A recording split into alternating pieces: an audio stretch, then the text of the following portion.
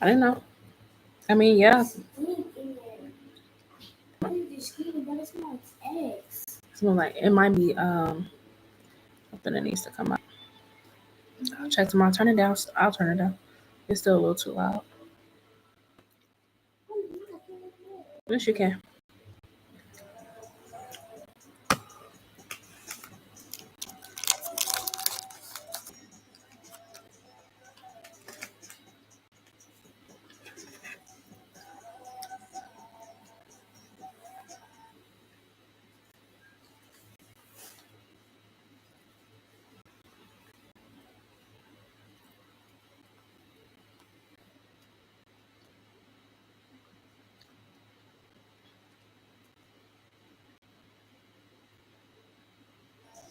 Back. Yeah, they will. They will. I just had to refresh it. But yeah. So like, what kind of makeup do you like, Shavish?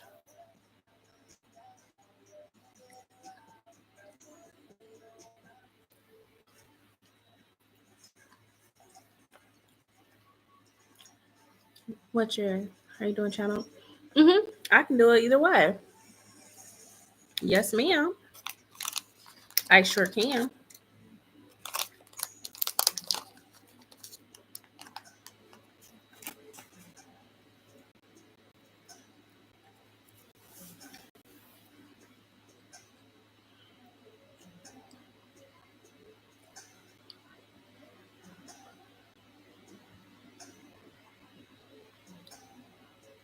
Yeah, pressed powders and setting powders. Yeah, they make it look so complicated. I've never been able to fully get into the beat.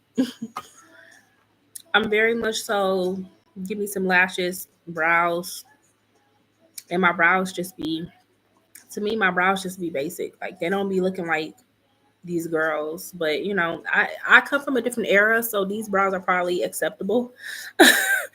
um, but yeah, lash and a cute lip, and I'm good. I don't need all the blending and the highlight. Like I'm good.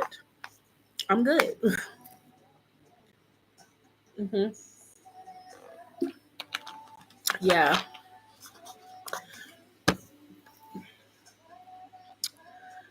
it is. A full face is so hard, and then it's like them girls that be recording them full face beats. Them beats be 2 hours long.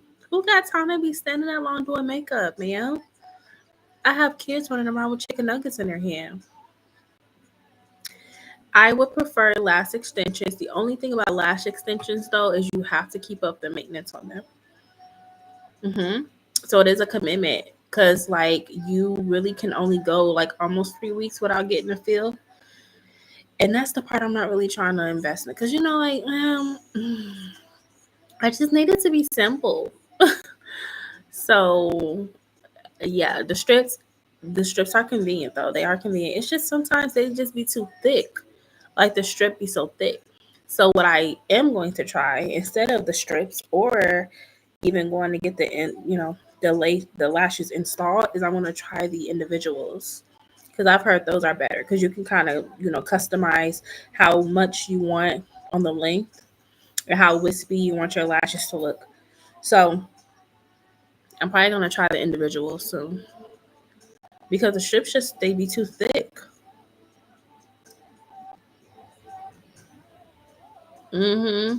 I know. Girl, I know. Tell me about it. Because this one is on the other side is bothering me. I've been looking at it for the last hour. But I'm not going to mess with my lashes on my live no more. Yeah. And then I could never get into the bird eye trend. Like them girls that be having them 3D lashes. Excuse me. And then it's like, those don't go with everyday life. Like, you literally got to have the bust down weave with the middle part, like for it to look, because it's a dramatic look. So it's like, you got to really have. You know what I mean? Like the lashes I have on right now, they're decent, you know. But them big old wispy lashes, you can't wear them just on a regular day. You look crazy. That's hilarious. Are they like human? Are they human hair? Did you get a notification when I got on here too? Just wondering. You don't have a cousin or anything you can give them to, or a niece that's your age or younger? Yeah, you got one. Okay, cool, cool, cool. Just making sure. It's one of those nice stuff. So I'm not really tripping, but you know, um, yeah, I love lashes though. I do like lashes though. I feel like they do add drama to the look, but I just can't do the big gigantic lashes. That's just not no. So yeah, that's just my opinion.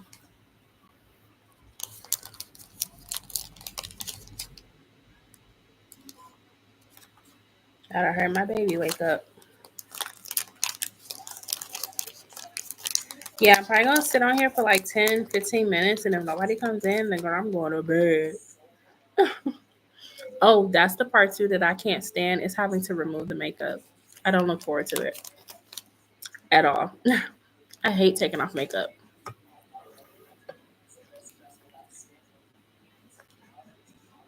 Oh my goodness. Whoa. Mm-mm. That's a lot.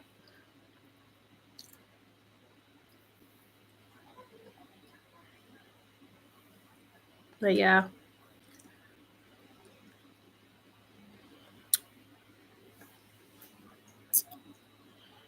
Dollar Tree comes in handy. They have cheap makeup wipes. I know. I had some in my hand yesterday and I put them back.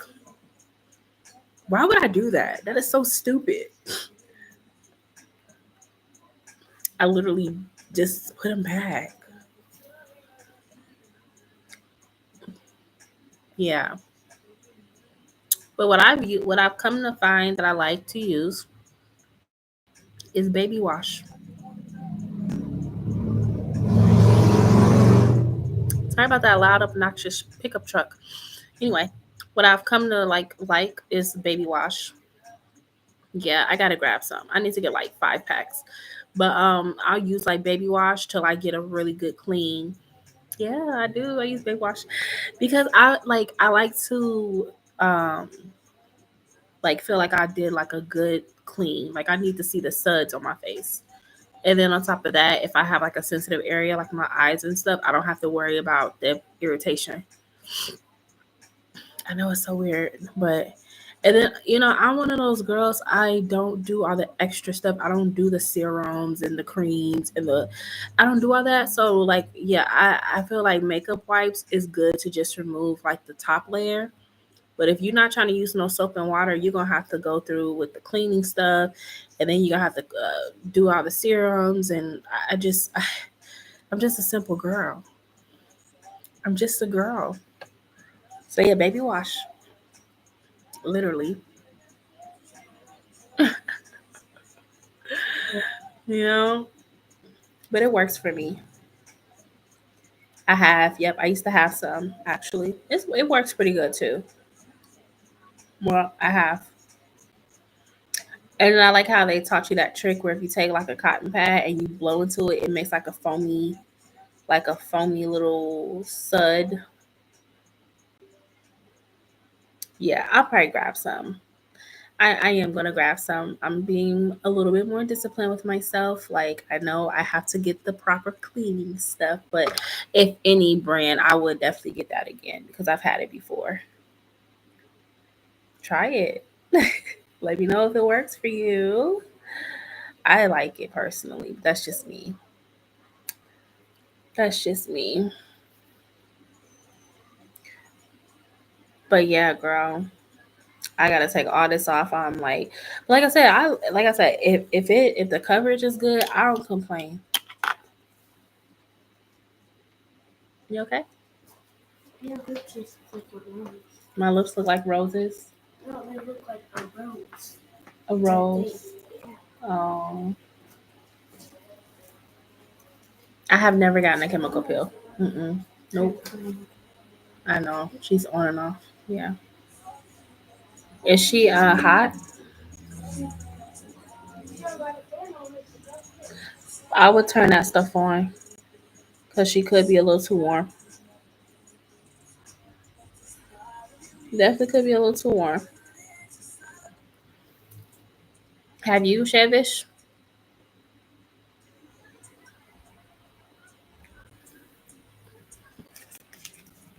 Where is everybody at?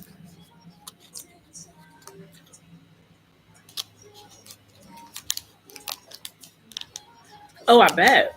It's a chemical pill.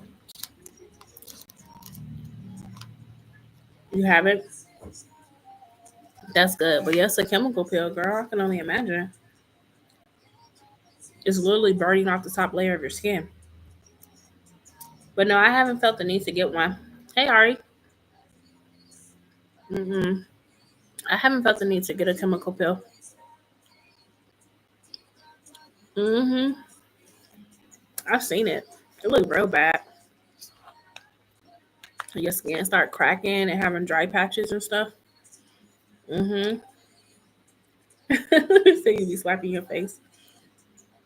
Mm-hmm. Yeah, no, I've never got a chemical pill. Mm-mm. Because you can't scratch. You can't. You get an infection.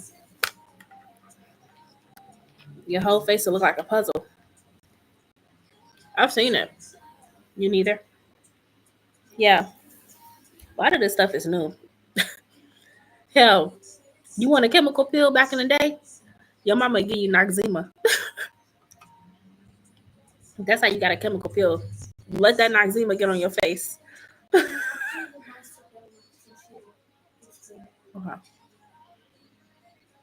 Yeah, I'm serious. Your face will look like a puzzle after a chemical pill. But I'm telling you, for everybody to know, yeah, back in the day, my mom be like, "Oh, you got bumps? Put this cream on your face, and it'll be Noxzema, and that crap will burn." You don't know what Noxzema? Oh my gosh, y'all! Oh my gosh, I'm really that old, huh? Yeah, Noxzema, like it was a big thing, y'all. Like, yeah. So okay, the era that I grew up in was the late '90s, early 2000s. So like, Noxzema was very popular to clean skin. Noxzema. What's the name of that one brand that would clear up like spots? I cannot remember it, y'all. Hold on. Witch Hazel. My mom was very, yeah, she was very low maintenance when it came to cleanings, face and all that. So she would give us witch hazel. She would tell us to put on Noxzema. Noxzema would burn like hell, but it worked. It got them bumps. It got rid of those bumps. Mm. Yeah. See. Yeah. Yeah. Yeah. So yeah. Girl, you probably was. Let me see. What grade were you in? So you're 20. So I'm 32. So I'm 12 years older than you. So, girl, yeah, when I was in high school, you was probably like in preschool, getting ready to go to kindergarten. That is so crazy. Um, like my face felt like a peppermint gun, but it didn't burn. Yeah, like that breeze. Cause your skin could breathe. Cause they say you be having all that hair on your face, like they be doing them. They be shaving your face. It ain't nothing but adult. What they call that hair to be on babies. Y'all know when babies born, they be hairy. It's just the adult version of it.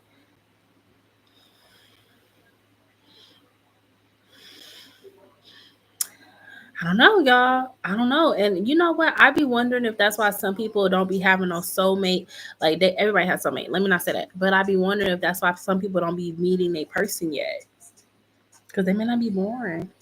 Ain't that crazy to think that? But like, or they a kid right now, y'all. That is kind of weird to say it like that.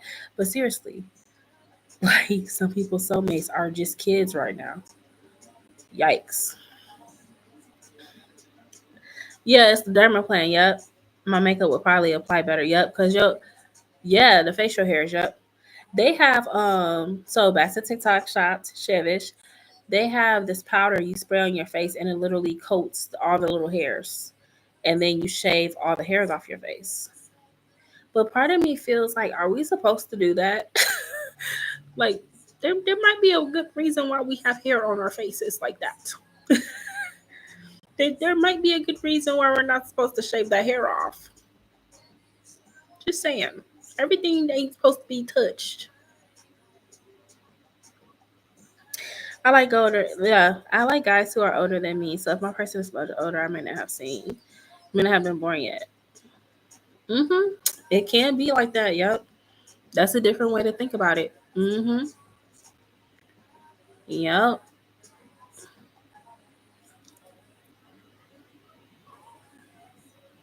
But yeah, I mean, I don't know. I learned that older men ain't no better than younger men in middle school. Yeah, I feel like spiritual. It's all about a person being spiritually involved. It don't matter who you are. If you 18, if you're 28, if you're 68, spiritual evolution. Some people never go through their spiritual evolution, and some people do, and they go through it early. So you're right. It's not really about the age. It's just about has the person done the work. Yep, over 25 and over. Ooh, I wouldn't necessarily say 20. Now, granted, the little part of your brain that helps to reasoning skills, it does fully mature at 25. I hope y'all know that. Not throwing no shade. I think y'all are very intelligent women, but that part of your brain that is good for reasoning skills does not mature until 25. So that might be why you're saying that part. That frontal lobe. Mm-hmm. Mm-hmm. So yeah, some of the things that you guys are thinking about, desiring, wanting, may change in the next 5 years. Yeah, yeah, you'll see. It's like you'll have an epiphany. You will. I remember when I was 25. So let me see, 25. What was I doing? I mean, obviously, I was a mom. I had my son. Well, I had my son at 21. I had my daughter at 23. Okay, so I was a mother to two young kids. At 25, I don't think it necessarily hit me. It hit me, but it didn't hit me as hard because I was already kind of being an adult. I was already there. Like I was already, married, children, all of that. But I do think it did affect my relationship. I think I started wanting different things.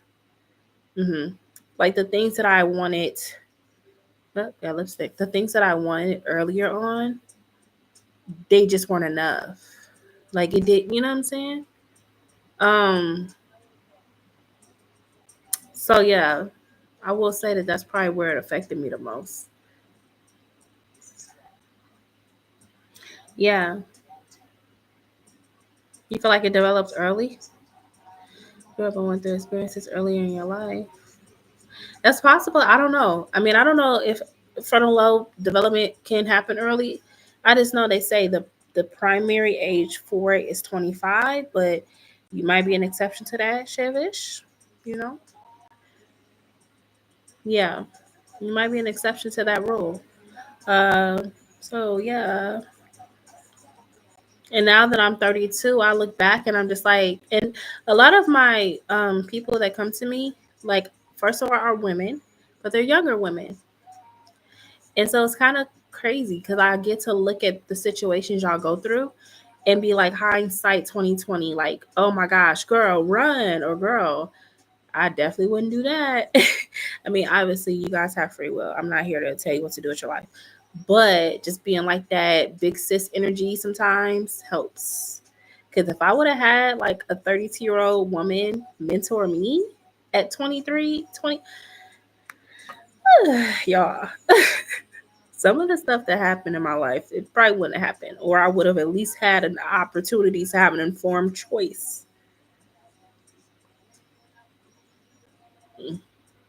Hmm. Yeah, no, I understand that.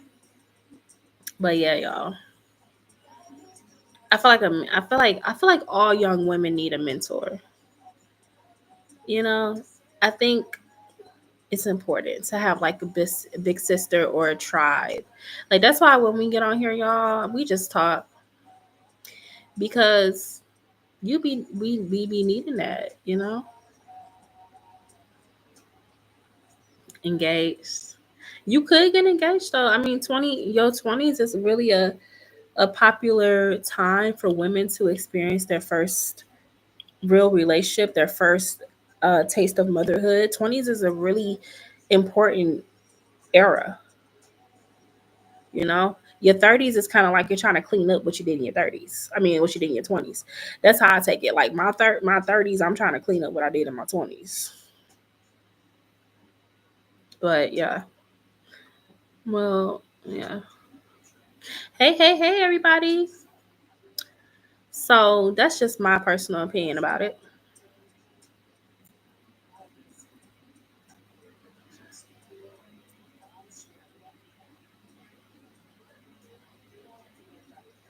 I've seen women who would express their experiencing about getting married and then wanting to go divorce. That's crazy. Why would he withhold that? The only way I can see a man withholding the divorce is if they have assets and he don't want her to get half of them, or they have really young children and he knows if she divorces him, then he will have to pay alimony. Well, depending on what state you're in, some people have to pay alimony on top of child support.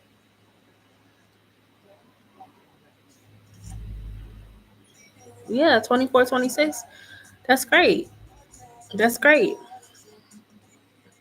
Yeah, I mean, I started kind of early. I feel like 20s is good to have kids. You got a lot of energy. You got a lot of energy.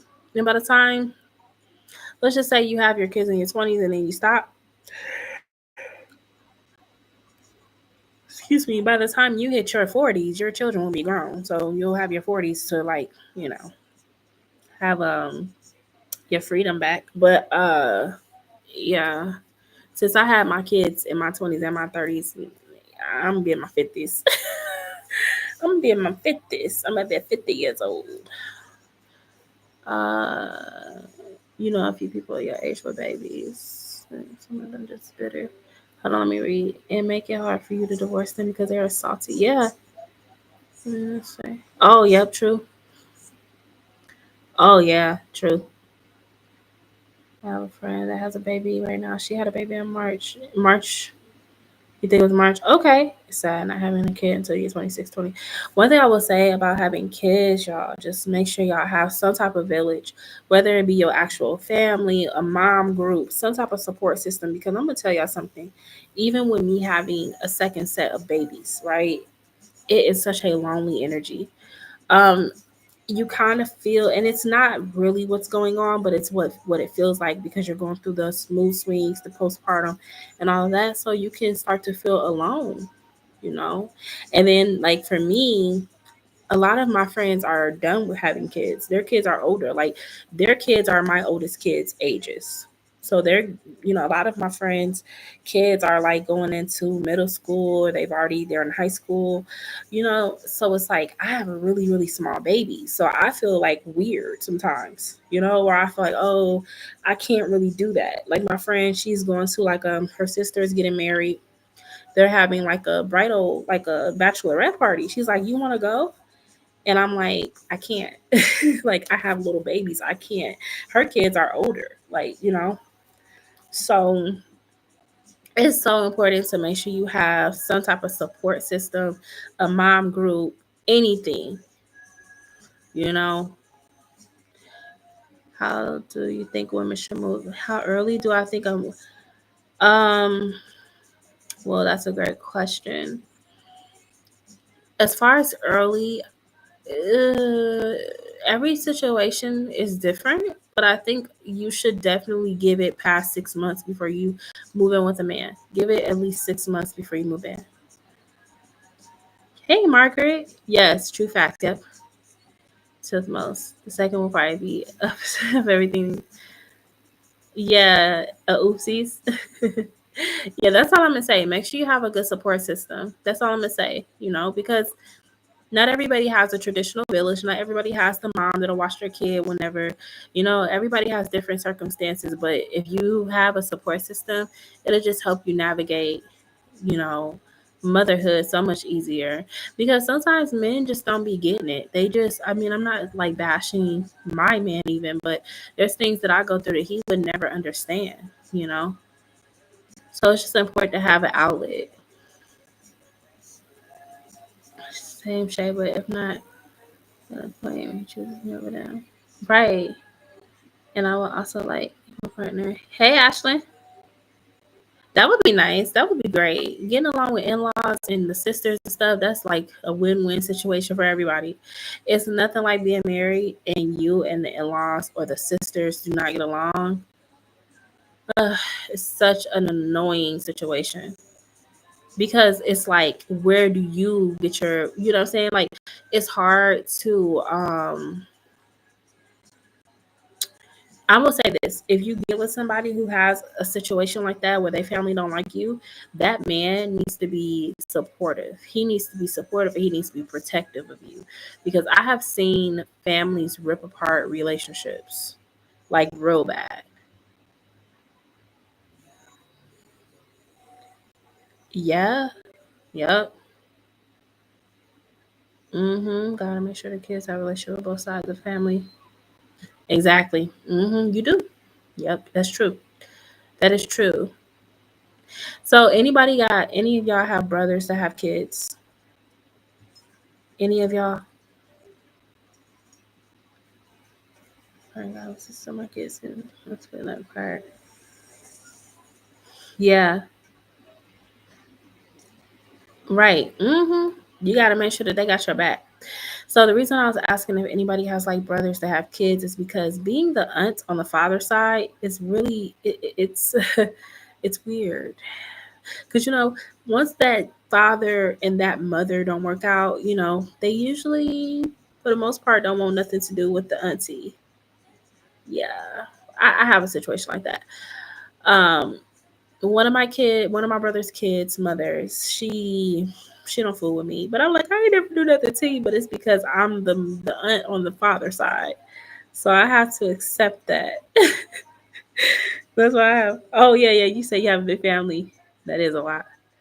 I hate that though. Ain't that crazy? Like, that's so toxic. Like, just because I'm affiliated with the father, I automatically am a deadbeat auntie.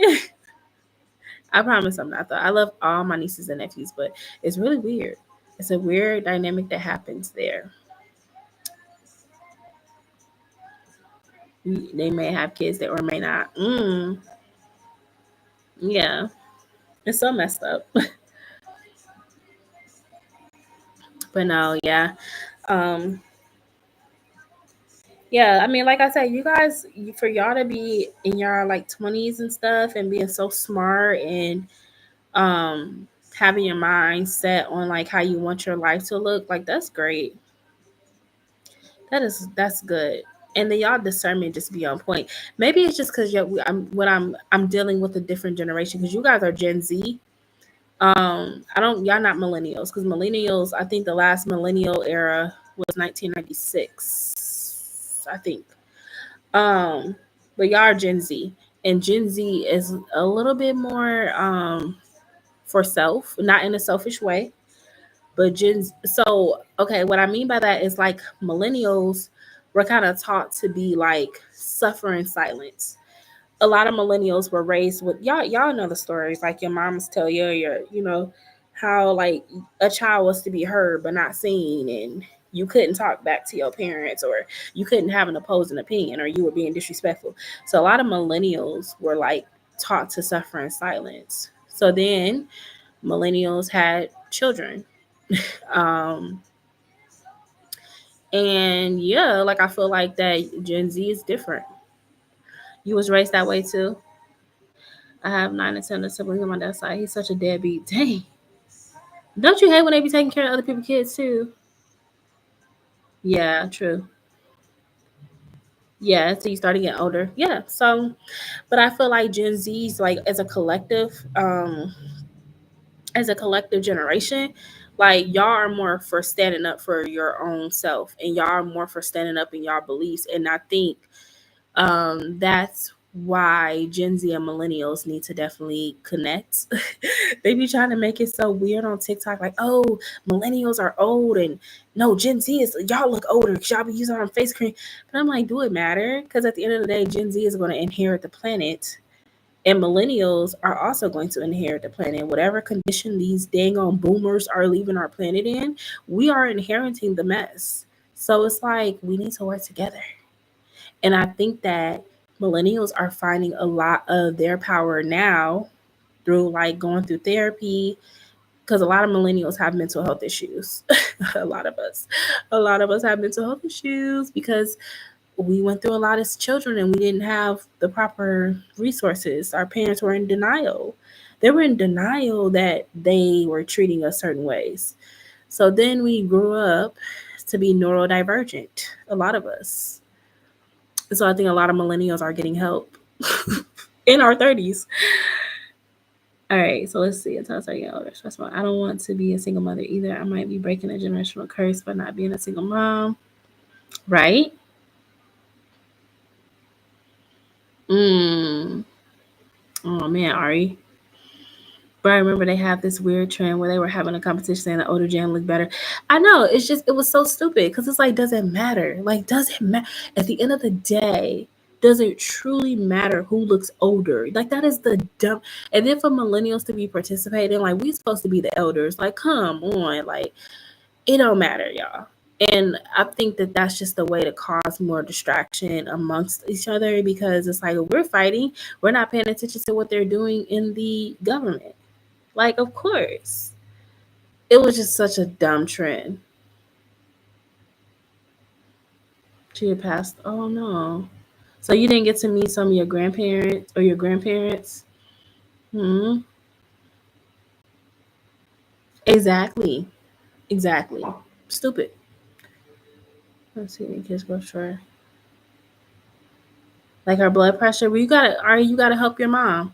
You got, and the reason why you gotta help your mom, Ari, is because your mother is probably a part of the boomer generation or close to that one. Okay.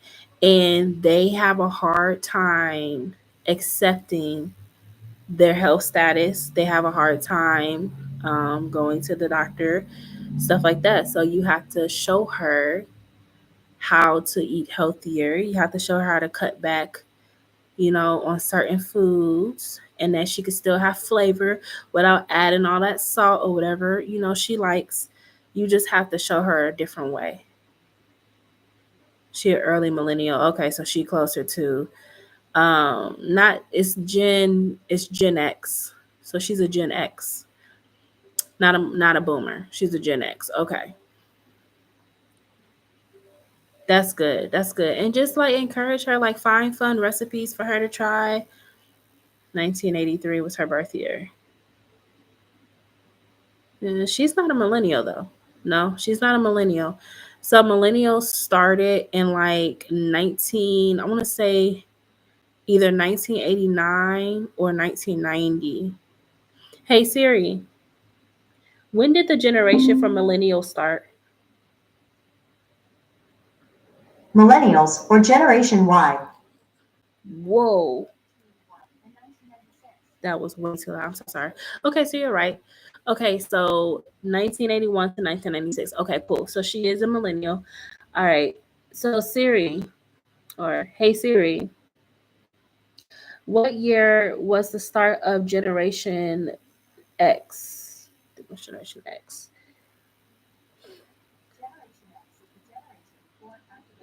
Baby boom. Okay. So my mom is a Generation X. Because my mom was born in 1969. The Generation X started in 1965. So anybody have any parents from Generation X? Okay, birth here. No, she is. Okay, so she's a millennial. Got you. Yeah, my mom's a Gen X. Yeah. Let me see. My mom married to my dad and sticking with him, although she's unhappy. Majority of my sisters are baby mamas and never had healthy love. Ooh, do you think that's from your mom or like your dad? My mom is 41. My grandma passed at 49. She was almost 50, which also concerns me, but I gotta be optimistic. Ooh, your grandma was young. Your grandma was young, girl. I can understand the feeling. Yeah. I think my grandmother passed away, but my grandma was like 55. She was young too, though. My grandma was young too. And then they talking about our generation is not even supposed to live to see 70. Like, what? They putting so much crap in our food that they're like, oh, you guys probably not going to live to see 70. 55 is probably going to be the highest y'all will go. Like, and that's if you in mid condition. Yeah. Like, what?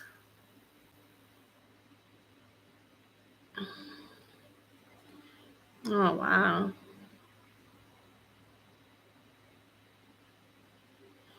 Why would your dad say it? But then again, Chevish, yeah, that's messed up. He shouldn't be talking to you like that.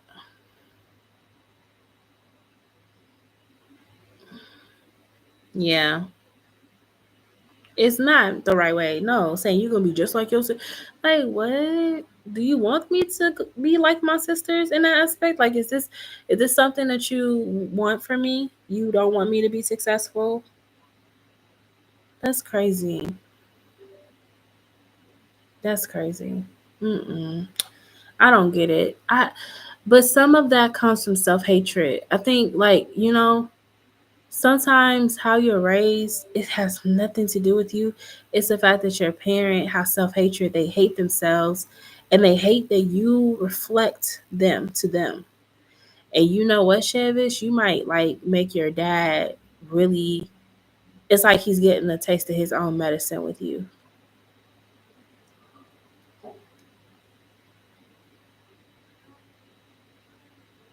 So he don't like guys because of the race? Well, he gotta get over that.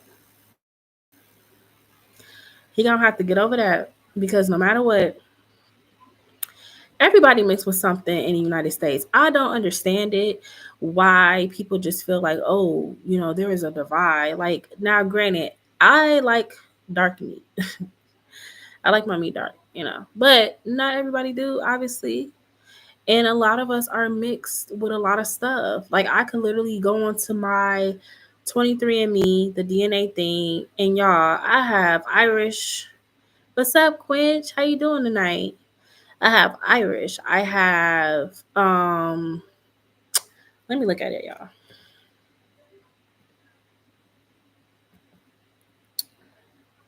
I think I got a little French, a little Francois. Like, so it don't make, it's not realistic. There is literally no pure race in America. Now other countries maybe, but America there is no pure race. There's not. There's not.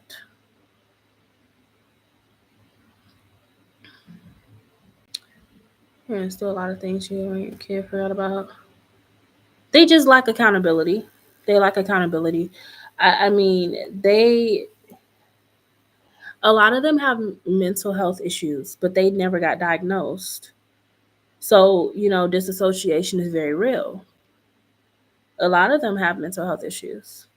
They talk about that now on TikTok, which is so funny. We're talking about it because they talk about that. They talk about how, like, auntie and them, like grandma and them, used to have real bad OCD, but didn't know it was OCD. Getting mad because they ain't want you in their white room. You couldn't sit on their furniture, or they would flip out if you made dishes and left them in the sink, and there'd be two dishes in there, and they would go crazy and ballistic, and everybody can get the hell out. Like, yes, they have mental health issues. That's why I think they don't admit it, because when you have mental health and you never got it diagnosed, you could disassociate. You know,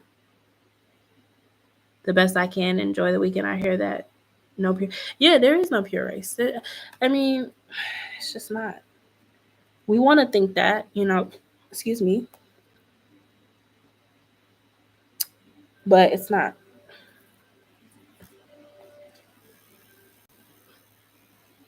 You had a boss with OCD, a crumb on the floor, and she went crazy. Yeah, see, you can't be a boss and have like, yeah, because people gonna mess up. You know, human error is a real thing. So like a boss, and they have OCD. Oh baby, mm, they stressed out more than y'all are. No, I don't want that. No, no, no, no. These are videos. Let's see. Super crazy. My dad used to go ballistic about smallest things. Had a burnt chocolate smell. My dad came home and wanted to beat him because they could have burned house down. Yeah, but like I said, a lot of that stuff be mental health, y'all. And it's just so sad that it took this long for people to actually start getting diagnosed and actually getting help. hmm On top of the drug issue that we had in the 80s, the rise of all of that, you know? So that's a huge part of what we are going through, a huge part of it, you know? So, yeah, but I mean, I get your dad's point of view. Like, he should have tried to wait till he got home, but I mean, you gotta pick and choose your battles. You gotta pick and choose your battle with kids. Because kids are gonna do some of the most. Mm, I know, I got four. But you gotta work with them. You gotta work with kids. You gotta communicate with them. You gotta teach them. You gotta guide them. You can't everything can't be a big explosion because that creates an adult that's like that. That creates an unstable adult.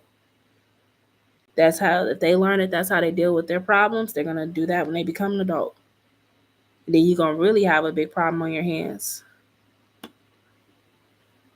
They were teens. Well, still, you gotta work with teens because teens do stupid stuff too. I mean, I did stupid stuff as a teenager, and you couldn't tell me that I wasn't, that I was wrong, but I was wrong. I did stupid stuff. So even with teens, I'm trying to find my ancestry thing, y'all. I'm trying to find it.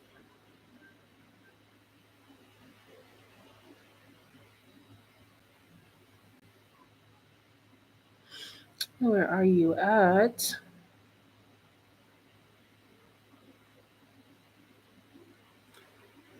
I wish I was a daddy's girl and had a much better dad, but it is what it is. What's your dad's or no. All right, what's your moon sign? Here it is. My mom's boyfriend, their exes now take better care of me, which is crazy. Yeah. Wow. Yep. He think beating's our solution to everything. A lot of that mentality though, a lot of that mentality of beating to solve problems comes from slavery. hmm A lot of that adopted way of discipline comes from slavery. That's why your grandparents and great grandparents beat them. Just beat them, beat them, beat them. Like what? Why are you beating me because I cracked the egg and it fell on the floor? Why am I getting beat for that? But a lot of it was from slavery, unfortunately. The old generation, yeah, but you gotta think like they went through slavery. And I have to explain this to my kids. They're 4 generations away from slavery. That's not that many generations. But they went through a lot of trauma and they didn't know any better. They knew what they were told, and that was it. So unfortunately, we are the product of that. But I think we are able to make better choices now.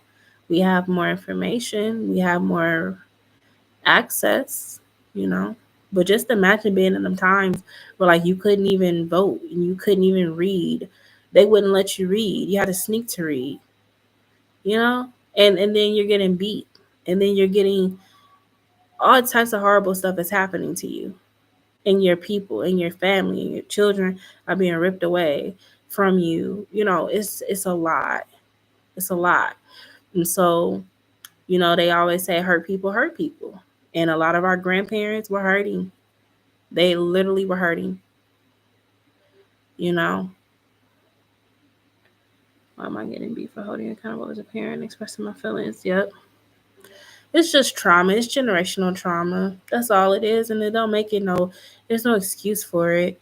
But you know better. So it's like when you have your children, your dad's he's a early millennial, or is he like my age? He can't be my age because you're 20. So he got to be an early millennial. He was born in the 80s. You're Aries sun and moon. Aries moons. Okay. Look up on TikTok Ari about Aries moons and their fathers and their mothers, because Aries moons can tend to have a little bit of a rocky relationship with one of their parents, and one of the parents could come off as I don't want to say like abusive or anything, because I don't feel that, but they could be hot-headed, like real hot-headed. So look up Aries moons on TikTok and it'll tell you. 1962. He ain't no millennial. Your daddy ain't no millennial, girl. Your daddy a boomer. He either a boomer or he a Gen X. Ooh. Yeah, Gen X and them boomers. Ooh. And y'all see the boomers is the ones that's running the country right now. Y'all see where that's going. And then Gen X is the ones that's like, what are you guys talking about? There's no problem in the economy. When I was your age, I could do this and I could do that and I could save for a house, and I bought my first car at 23. That's Gen X. And millennials are like, what are y'all talking about? Do y'all see how high this stuff is? It wasn't like this when y'all were growing up.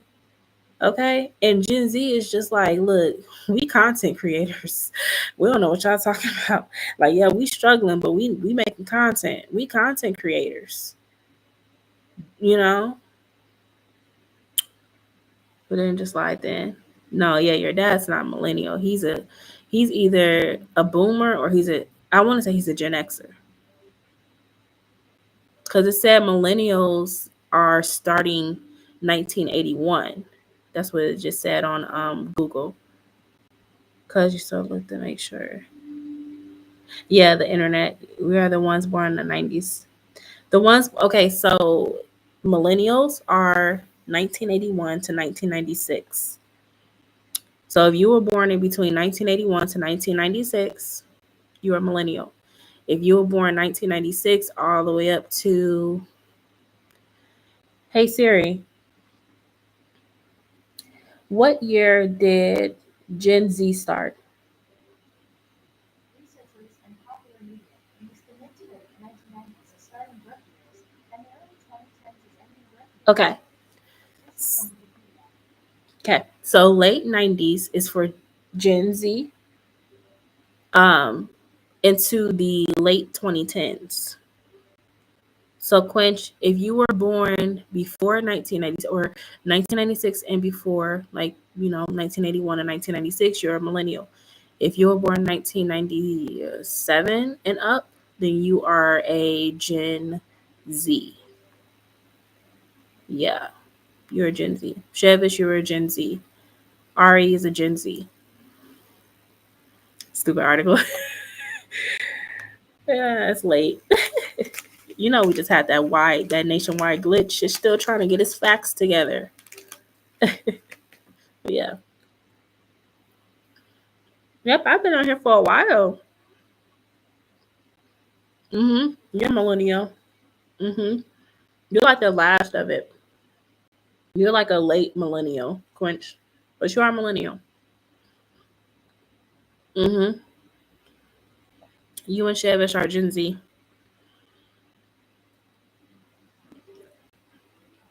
Yeah. Yeah, I feel like millennials right now are going through we're kind of dealing with the crisis of trying to be homeowners purchase property and we can't. We can't. We're stuck. Millennials feel stuck right now. We feel like we were like the American dream was pushed down our throats, all for us to get to that point where we should be having that dream, quote unquote. And it's been a nightmare. Millennials also lived through the 9/11. You know, it's been crazy. I remember 9/11 very vividly. Y'all was probably even toddlers. Y'all were toddlers when it was 9/11. I was in school and I remember them talking about we got to evacuate the school. I was in well, I went to school in Illinois at the time. And I remember just like all of these people calling, you know, and them evacuating the building. Like they're telling all the parents, come get your kids. If you walked home, you had to leave early. It was crazy, y'all. I was told by a 21-year, I don't count as Gen Z, but I was born in 97. Yeah, you're a Gen Z. All you had to do was just pull up the Google article and be like, yeah, you need to fact check because I'm a Gen Z. It said millennial stopped at 1996. Y'all, that guy I met is an early Gen Z. I thought he was a millennial because he's 26, but now that I think about it, he's not. He's an early Gen Z. So I'm both a millennial, and you right in that sweet spot. But you would probably be considered a Gen Z. These 90 babies are getting old. Wait a minute, hold on now. We ain't getting old. We aging gracefully. But yeah, I remember the 9/11. And it's so crazy because like even my kids were like, Mom, you were alive for 9/11, and I'm like, yeah. But in their minds, they don't, because that was what, let's see, 2001. So we're now in 2024. So 23 years ago. So that for a younger kid, that seems like so far away. Just like people say something happened like 40 years ago, and you like thinking in your head, oh, like the 1970s, 1980s, they're like, no, 40 years ago was, like, but yeah, these kids, like, they don't really believe that. They don't think that I'm young either. They like, yeah, you was around for 9/11, you old, Mom.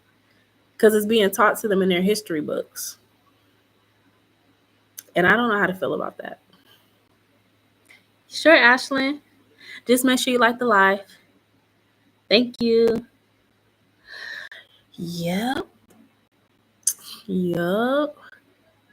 But nonetheless, though, we just gotta work together, y'all. We gotta work together. We gotta stop this Gen Z millennial beef. Like, it's so dumb. And I ain't talking about you guys specifically. I'm just saying, like, y'all know what I mean collectively. Yeah. Well, I get the job at FA. Thank you. Okay, let's see. This is for Ashlyn. Ashlyn wants to know, will she get the job at FA? Will Ashlyn get the job at FA? I gotta know with the Six of Wands reversed, unfortunately. I gotta know, Ashlyn. But you know what? I'm gonna say something to y'all. With these jobs and stuff, getting declined or not getting an offer is actually really common right now because a lot of these employers are not hiring. They say they're hiring, you apply, you go through the interview process, and they're not hiring. Yeah. So don't take it as a jab to your resume, Ashlyn. It's more so happening on a global scale. Like these jobs are intentionally not hiring people. Yeah. Yeah, be thankful because it's a lot of people that want jobs that cannot get a job right now. It's really crazy. Probably gonna have a Gen Beta kid. I think that's the generation after Gen Alpha. Yeah, I don't know. It's so many different. Yeah, Gen Alpha. So when is Gen Alpha over? Like mid 20, what is it? Like cuz my okay, so my kids were born in like 2013, 2015. We're now in 2024, which is almost, well, my son, he's been here for a decade. Daughter's almost been here for a decade. So now are is that the generation next, the babies that I just had, are they the generation uh beta, their group, Gen Alpha, 2025. Yep, I went through that period back in January, late February. Right, exactly, Chevis. You did. You went through it. Yeah, that's why I'm not quitting my current job. Yeah, don't quit. Don't do that. Don't quit. Please don't quit. Because I'm telling you, them days of being able to hop out of one job and hop into the next is long gone. Them days are gone. You really need to hold on to whatever you do to make a living right now because whew, it's rough. So anybody on TikTok seen the trend where they like it's funny but it's not, where they like playing that sad music and they like reminiscing on 2020. It was like it's 2020, my unemployment just dropped. They're like it's 2020, my unemployment just dropped. And I just got my food stamps. Like anybody seen that? Uh, some of them are slow and they growing up too fast. I hope Jennifer don't grow in the future, and I don't mean mentally. I don't know, cause yeah, the generation that my son and my daughter are part of, they are woo. I wonder what most Gen Z parents will be like. I know some Gen Zs are already parents for sure. Well, they probably gonna be a little bit more liberal because I will say, so uh, Gen Z and millennials are really more so liberal. We're more liberal. So I see like new rules being made, new constitution, you know, new laws, like having a hard time sticking to the old world. Because see, the constitution right now that they're trying to implement is from the old world. That's why they're doing that Project 2025. Oh, you'll take away your voting rights. But it's like they're trying to force the old world to come back. And it's like, no. That's why we have Pluto and Aquarius right now, because we need to change the constitution. It's a little too outdated. It's almost 200 years old. And this country is just, so yeah. You out here looking 20. Hey, kids, what happened? I want to play outside. Yeah, I make my kids play outside. They don't have a game system. My son had one, and he was playing Fortnite, and Fortnite's cool, but he was playing it, and then he would have like these little bull swings, and he'd be going off on his sister, and I'm like, oh no, oh no, no, no, no, no, no, no, no. So they don't have a game system right now. I was gonna get them a Nintendo Switch, but I'm like, nope, they'll wait. Nope. So we just watch movies right now. We watch movies. They go into their room. They go play. I bought them like little magnets so they could stick magnets together and make houses. And my daughter got dowels. Both my girls got dowels. Like my son, he plays with his little soccer ball. Like I make them be kids. Yeah, me too. Yeah. Yep. I know. I know. Hmm. Yep. Just being a kid. I remember taking like a mason jar back in the day, y'all, and getting like those lightning bugs. It would be like outside, it would have to be like 8 o'clock, and that's when the lightning bugs would come out. And I would literally go outside and just catch them, or I would catch them in my hand. I love that. Yep, going to the playground, all of it, and then like meeting up with your friends, like y'all are riding your bikes. going to the candy store. Y'all remember we used to be able to just go to the candy store, like you just walk to the candy store. You didn't have to have no parent. The neighborhoods were that safe that you could just walk to somebody's candy store and get you some candy. Motor scooters. Yeah. Times are so weird. Like I remember that. hmm I remember that, man. Like just being a kid and like your parents would let you play outside all day until the street lights came on. That was your alarm clock. When the street lights came on, you better be in the house. You better be in the And it's like what? Like you think about it now, like why would I even give my kid that type of responsibility? They're kids. But like when we was kids, they be like, street lights on, you better be in the house. You know what time it was. Hey, street light come on. You better have your bike in the lawn. Your bike needs to be in the lawn. You need to be getting in the house, getting in the shower because you smell like outside because you've been outside all day. I remember them days, man. Halloween was real fun as a kid. It used to be so fun being a kid on Halloween. Like I just feel like a lot of it. So I'm gonna tell y'all a lot of why we felt so safe being able to do stuff like that and go outside and play all day and stuff like that is because them grannies was at home watching the kids in the neighborhood. Then grandparents, they didn't play. And they would be a whole neighborhood full of grandparents. They all went to the same church or whatever. And they would keep an eye on the kids. They would watch and then they would the only thing I probably wouldn't have did was like they would discipline the kids. But um I remember like being able to go down to the granny house down the street. She would feed all the kids. Parents didn't have to worry about it. She would make all the kids food for the neighborhood. They just come and get them a plate. I remember that stuff, y'all. Yup, Christmas. Yup, Christmas was such a magical time. It was such a magical time. And that's why like I like this house, y'all, that I'm in because this house it just gives like old school. Like obviously they got some upgrades to it, but like the dining room I'm in right now is very, very antique. And so like when we set up our tree and stuff like that, like it's gonna feel like nostalgic. It's gonna feel very nostalgic. Only care to customer if it's already out to 13. So leave from Cobra. Yeah. Being a kid back in man, I'm telling you that the least of our concerns was make a beat. We didn't care about none of that. We didn't care. All we cared about was did you know how to make one of them little plastic bracelets, like, or did you know how to make the keychains? Like that's what we was worried about. We was trying to see who make the best keychain things. Like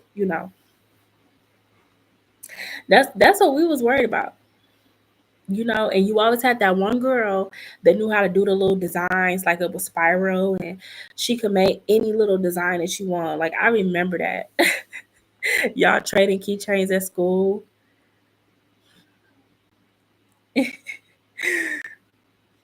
Yep, the rubber bands. Yep. Yeah, talk about some. If we break your rubber band and it's black, that mean this. Like what? And then you would get in trouble because your parents would get wind of it, so they'll find you wearing a little bracelet at home. You would get in so much trouble. No, I remember writing like letters and putting like the song title, the date, putting like open here or like write, what I'm saying? Like I remember writing them notes and then the biggest like anxiety attack was like when you would hand the note to your crush. You would just hand it to them and then if they sent it back to you, that mean they like you. It was so crazy.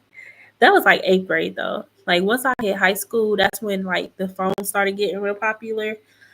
And I remember like I wanna say sophomore year. Sophomore year, that's when the Razor had came out. Everybody wanted the Razor. The flip phones had came out. Because before that, it was the Nokia, it was the Boost Mobile, it was the pagers. hmm Right, an iPhone. Yes. Like when I was, as soon as I hit high school, that's when, so my freshman year is when we went from MP3 players to iPods. Y'all know about the MP3 players?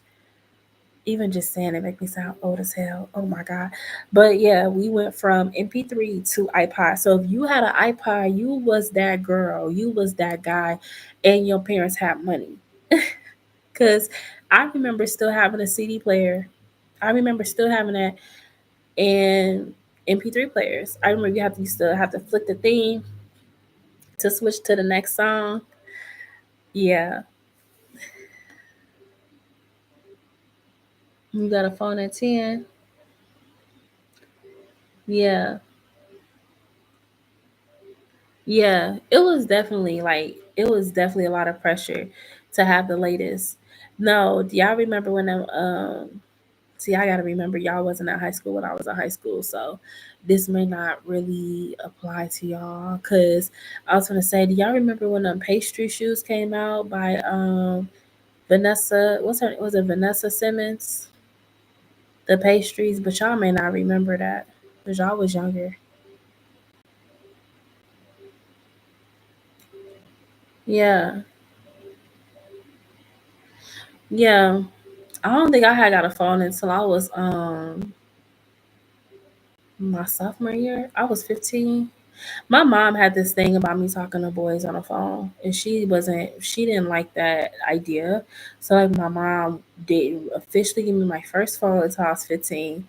And I just remember like just being like nervous because she like, you better not make no calls before 9 or I'm gonna get charged. Hey, what's up, TV Savage? How you doing? My sister was snitch on me and I'll get taken away. Yeah. Yeah, I remember getting my first phone. I think I was 15 and it was a T-Mobile. It was a T-Mobile. It was like a red silver phone. Yep, I remember it was red silver. And it was like I couldn't have nobody call me like until after 9 because the minutes were free. You were 16? Yeah. The minutes were free. So like once that 9 o'clock hit, oh, it was on and jumping. And you know what's so toxic about that whole thing? That's when Pretty Ricky came out with the Hotline song, right in that era. So, we 15 years old, 16 years old on the phone, and we ain't talking about books or just we ain't talking about books. We ain't talking about books. Mm-mm.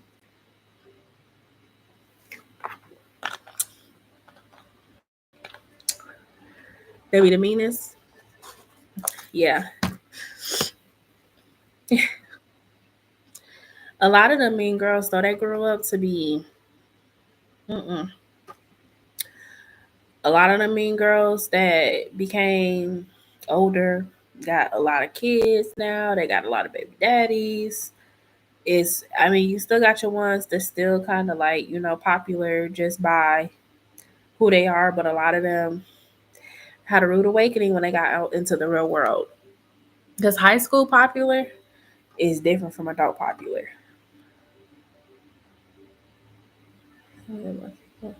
Yeah. And I was average popular. I wasn't like super, super popular. Like a lot of people knew me because I was just like, I was sweet. A lot of people thought I was really, really sweet. Even though I know I wasn't, but whatever. But yeah, in high school I was like normal popular. But then I understand the ones that everybody knew. Everybody knew them.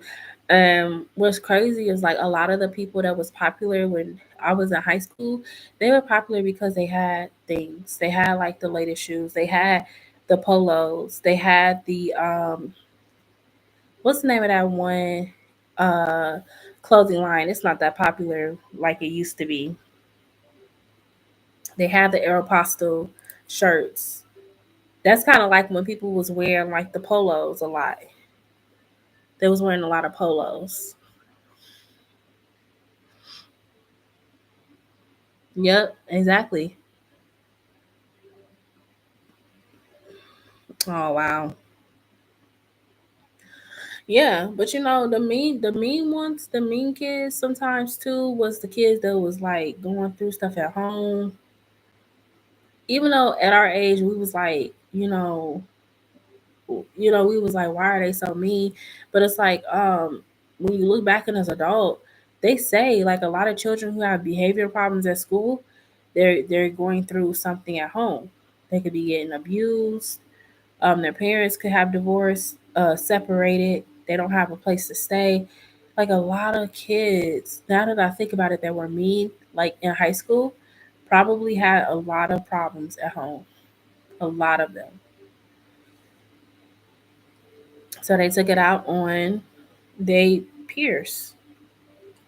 And that's what's crazy. Like in that era, when you going through it, you don't obviously think that way because it's like you're a kid too.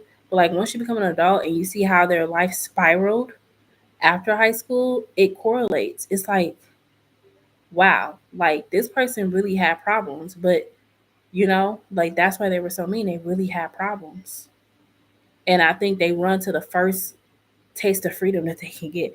Once they turn 18, a lot of them are usually super wild, you know. So yeah, that's the truth though. That's the truth. That's why a lot of them be just out here. And it don't, and it's crazy because you would think like adulthood and life should mold you into a better person, but it doesn't. I've literally seen people from high school that was messy, all of that, and they're still like that as adults, and then they have children that they raise to be just like that. They're just nasty energies. Like they never evolved. And that's got to be such a miserable feeling to never be able to outgrow your meanness. Like you're just evil at the core. It really is. That's why I'm like, I'm glad that like I didn't allow my hardships in life or my situations in life to make me an evil person. We were just like, it's so crazy because like me and my kids were just watching Cruella on Disney Plus, and my son was like, "Mom, like, because you get the backstory of why Cruella became Cruella, and like they showed her mom had got killed, and like at the beginning of this movie, mom had got killed, and Dalmatians were the dogs that threw the mom over the balcony, and all this, all this other stuff. And so my son's like, yeah, mom, like she's just so evil. She's so evil. Like, is it because her mom died? And I was like, telling him like, yeah, some people unfortunately never outlive their pain. They allow their pain to become their personality. And yeah, it was just like it was crazy to like see from a different perspective. And I was like, that's why like when you look at villains, like it's good to get their backstory onto why they're villains, because some villains they were good people at one point, and then they just something happened and it just changed them and they became evil. But yeah, yeah, never, yep, just allowed their circumstances to create their personality. Yeah. That's why y'all be like meeting people and they're so nasty, and you're like, how could a person operate like that? Especially narcissists. Narcissists. Oh my god! Like to me, a narcissist is like a child that never got tended to, and so they grew up angry and feeling like everybody owes them now. But narcissism, it comes from an unstable childhood.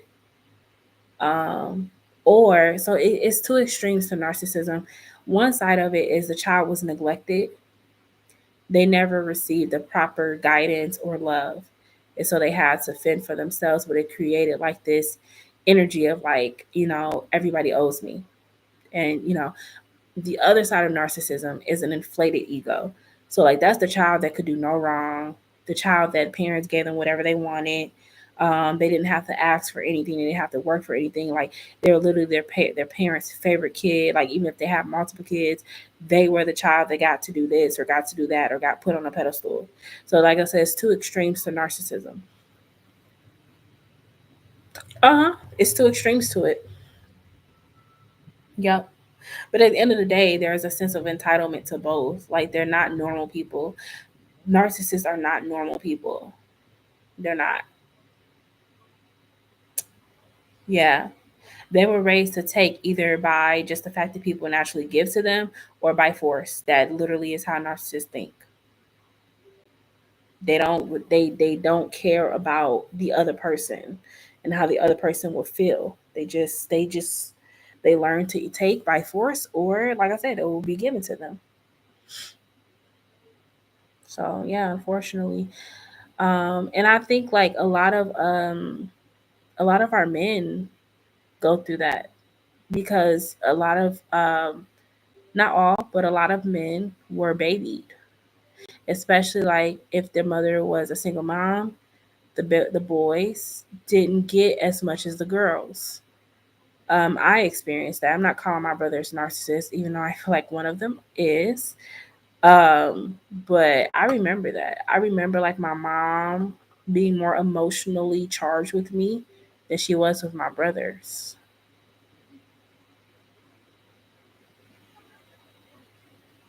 I don't think the cancer guy was a narc. Like when he expected me to kiss him, we meet up, and he was so nice to me, and I felt something in his car. He drove.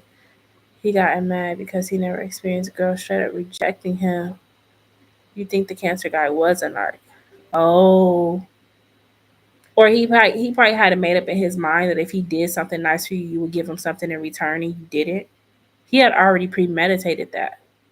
So you can always tell when a guy premeditates, you know, sex. You can tell because they'll be super, super nice. They'll do everything you want them to do. As soon as you tell them no, they flip. They flip. They, oh, well, you want all that anyway. Like, why do I deserve that because I told you no? Why do I deserve those type of insults because I said no? Or, I didn't want to do this. But yeah, a lot of guys premeditate that. It's not genuine. It's not coming from a genuine place. So that's why he was so easily able to get triggered by being rejected. Yeah, that's why he was so easily triggered by being rejected because he had already premeditated if he was nice enough to you, then he could get something from this. hmm Because a lot of guys have an issue with entitlement to women. They, not all, but most feel that they are entitled to women and they are entitled to our bodies and our time. And I get it. We grew up in a society where men were put first a lot. So of course they're gonna have this inflated sense of uh inflated sense of selfishness and wanting what they want, you know? Right. And now, like even now, hindsight shavish looking at that situation, I'm happy that you made it home safely that night and that it didn't go worse than that because those are also real life situations that happen to women that reject men and they end up losing their life. Hey, Deb. They end up dying because they rejected a man or they, like, I have a cousin, bless her soul, but she was at a party and from what we understood, the guy wanted her to take his number and she refused and he shot her right in the head at the party. Didn't even blink, you know? So, yeah, definitely I would say as a woman, um, it's important that you make sure that you are in a safe situation at all times. Like, I mean, yeah, like I said, granted, you made it out of that, but like, yeah, sitting in a guy's car, ooh, girl, um, just be careful. Yeah, it's kind of messed up. It's messed up because nobody should have to be at fear of losing their life because they don't want to entertain somebody. It could have. That's what I was saying. That's what I was saying when from the severity of like the situation, like thankfully you are okay and you're here, and I think you learned a very valuable lesson when it comes to dealing with people, even if you knew them from the past. Like, just put yourself in a position to be able to get away if you need to. You know, always, always, always. So, you guys, I was gonna like take my daughter on like a day, like a mom and daughter day, and we're gonna talk about certain things because she's 8, she's almost 9, so she's getting closer to the change. And I honestly want to buy her like a self defense key thing. Even my son, but like, cause thankfully my kids get off the bus right by my house, but I think that these kids be needing like stuff to. The only thing about it is though, I just realized the school will probably have an issue with her having that. But maybe I should think about like getting her into some like classes, some self-defense, her and her brother, cuz y'all it's scary out here having kids. Hey, it's me, Lee. I am up late. I'm just talking. We just having a whole podcast. I can't wait to start carrying. It's important. It is, Shevish. I'm well. How you doing? But yeah, because like it's scary having kids right now. Even me getting them ready to go into the new school year is scary. My son said like and he didn't tell me until like later that day, and I'm like, why didn't the school call? But they had like a emergency situation where everybody had to go on a lockdown at his school. He's 10 years old. Talking about, yeah, mom, like they had to lock all the doors. We had to hide under desk. Like nobody could talk. They turned the lights off. And I'm like, what? But basically, what happened was there was an armed gunman in the neighborhood, not in the school, but they were running around the neighborhood. You making jello shots for the party? I want to come to your party. Look, it's me, Lee, be living her best life, okay? I told you that. Girl, you knew he was coming. It is sad though. What's up, Zara? You got three men in love with you? Uh oh, girl, hold on. She said, I got three. I got three choices. The stuff didn't start happening consistently until after I graduated back in 20. Yeah, because like I said, like it's mental health issues. Like something happened when we all had to go into like that lockdown energy, and people had mental health issues and they weren't able to get like they lost it. That's why I'm still to this day I'm leery about movie theaters, y'all. Like I go to a movie, but it is rare that I will go to a movie theater. I'd rather watch movies at home. They're all exes. Oh, girl, you getting a Mercury retrograde energy early. What's your zodiac sign, Zara? Yes, well, I'm trying to live before I have more kids. Yes, girl. Yep, and he'll come late, but he's coming. Uh huh. He wasn't finna miss that party for nothing. Little do he know that you already knew that. Um, but yeah, Mercury retrograde is coming, y'all. It's starting to. We're in a pre-shadow because pre-shadow is always 2 weeks before. He's a Pisces, Sun, Aquarius, Moon. Ooh, girl. Pisces Sun, the dreamer. Aquarius Moon. Aquarius Moon is the that's the Uranus energy. Very unconventional methods. That's a unique combination. That's a unique combination. Yeah. I like it though. That's your sign. Yeah. Yeah, so Mercury retrograde is station it will station retrograde August 4th. But I don't know what sign. Would that be Leo? Hey Siri, when does Mercury go retrograde? Mercury, the planet of communication, is going retrograde for the second time this year, from May 10th to June 3rd, 2022. What, Siri? Transits from lightsolution.com. Siri, we are not in 2022. We're in 2024. What are you talking about? What is Siri talking about? Why are you 2 years behind? What's happening? What? I don't know. Siri is sleepy. Siri has clocked out for the evening because why are we in 2022? Okay. Yeah. I don't know what's happening there. I should have just asked AI because Siri's she is getting ready to retire. She's been around for a while. Uh-huh. You and Alexa girl. Yeah, because I don't know what's happening with Siri. I think Siri's getting ready to retire. She's feeling very elderly with that response. Like she's having a little bit of dementia. Yeah. Oh man. Yeah, I don't know. I'm just trying to figure out where Mercury is going retrograde. Like what sign? Let's see. I know it's going to tell me on here. It's going retrograde in Capricorn. It can't be. No. More pandemonium headings with major implications for this upcoming Mercury retro.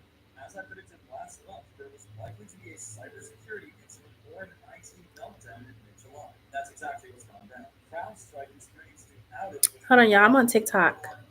Your ex was a Capricorn? Woo! This transit, which has been in effect since early July, Like, girl, what? Not to mention, and the spillover effects can be right. contextualized. He was the worst person I ever dated. Hands down. Look, I'm gonna tell you. I'm trying to see when Mercury goes retrograde. Is going to be moving backwards in August, and will probably discover more complications arising from this incident. And I think in general, many of you will be revisiting the impulsive, radical choices you made in July. So what's the advice? Use this. It's not telling me what sign. I almost feel like it's going retrograde in Leo. Oh no. Okay, which one of y'all are Virgos? Wait a minute. Who's a Virgo in here? Who's a Virgo? My biggest Anybody a Virgo right now in the chat? You love your Leo? Oh my God, Zara. Mercury retrograde is happening in Virgo. It's happening in Virgo. Wow. Okay, let me catch up to y'all. He was the one. Okay, so let me say something about Capricorns. Okay, so usually Capricorns are not really. I'm a Capricorn. Okay, first off, let me say that. But Capricorns, dating Capricorns can be either a great situation or the worst situation you have in your life. It depends on your karma. Yeah. Yeah, when you get with a Capricorn, it's kind of like the universe is like, all right, time for the final exam. And you either pass or you don't. Does that mean the Capricorn is in the right karma? No, because sometimes Capricorns get karma from the relationship too. If they're not evolving, they will get karma. But yeah, that's why a lot of people feel like that about Capricorns. Um, Var was a Capricorn. You loved it. The passion and chemistry was great. Ooh. I don't even say. Siri messy. She is. I love me a Leo. You like a Leo, Zara? Mm-hmm. Like you a little fire sign, but I mesh well with Leos and Sagittarius. Yeah, that's because you're a Gemini. Geminis work really well with fire and fire. Geminis work good with fire. I'm a Pisces and I don't trust Pisces, man. Yeah, of course. Like I can't trust Pisces, man. I ain't gonna lie. Like they're fun. They're fun, but woo, Pisces, man, they'll have you wondering if you're the one that's crazy. Yeah, yeah, they definitely mhm. Something about Scorpio. You like? Oh yeah, the Scorpio girl. I know. It's Millie. We know. I know. I know. You missed the other part of my message. What did I say? Wait, hold on. Do I need to scroll up there? I missed. The chat is moving. It is moving. Wait, let me see. What is it? Oh, you put a lot. Hold on, Shay. Tell me how one time I was searching for something in my room and couldn't find it. And I thought one of my brides came in my room. I was like, OMG, they get on my nerves. One of your brides? Let me tune in my contacts. Oh, she named off two men in your contacts? Wait, out loud? Nieces. Oh, okay. You have Scorpio Moon and Rising. That's why. Yeah. No, you're fine. I was like, your bribes? What's your bribes? Is that another new term that I. Yeah. Siri is very messy. She is. She lives for the drama. hmm Um, yeah, but as far as Leo men, they're okay. They're okay. They're okay. Pisces man, like I said, yeah, run. Scorpio man, run. Really, all the water sign men you need to run from. You got to run from the water signs. I'm sorry, you do. You get along with Leo women. Mm-hmm.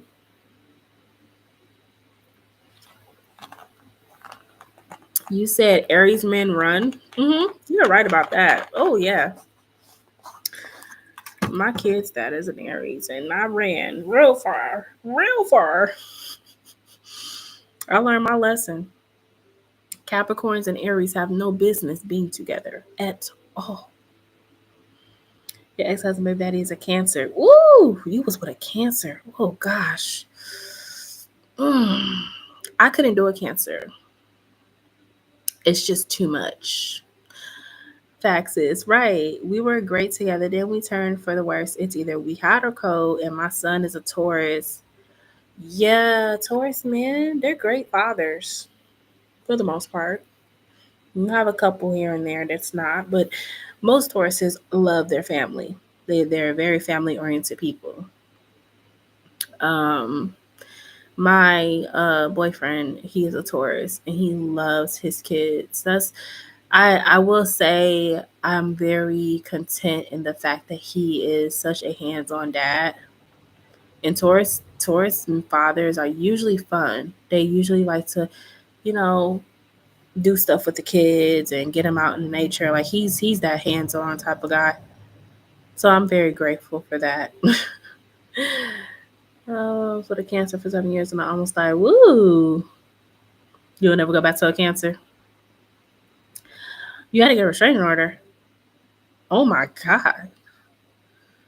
Oh, yeah, I don't know. I ain't dealt with no Cancer man to that level. I can't. I don't know, but I know I've heard stories. You need to plug in. Put him on. You want me to find it for you, or you want to find it yourself? If you want to find it yourself, you can go to a website called Astro Sofa, and it'll tell you. Astro Sofa. Was he? Oh my god, he was a Cancer. Yeah, I'm good. Me or you? Okay, I could put it in. But do you know like when he was? Well, do you know where he was born?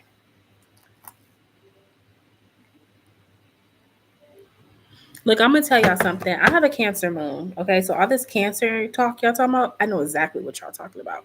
I'm not crazy. Excuse me, I'm not crazy. I'm not. I'm a Capricorn, so that keeps me level headed. But with me having a Cancer moon, if I didn't have the sprinkle of Capricorn and the sprinkle of Sagittarius, I would be a crazy person. I would be crazy because Cancer energy, the moods. We go with the tides of the moon, and the moon changes signs every 2.5 days.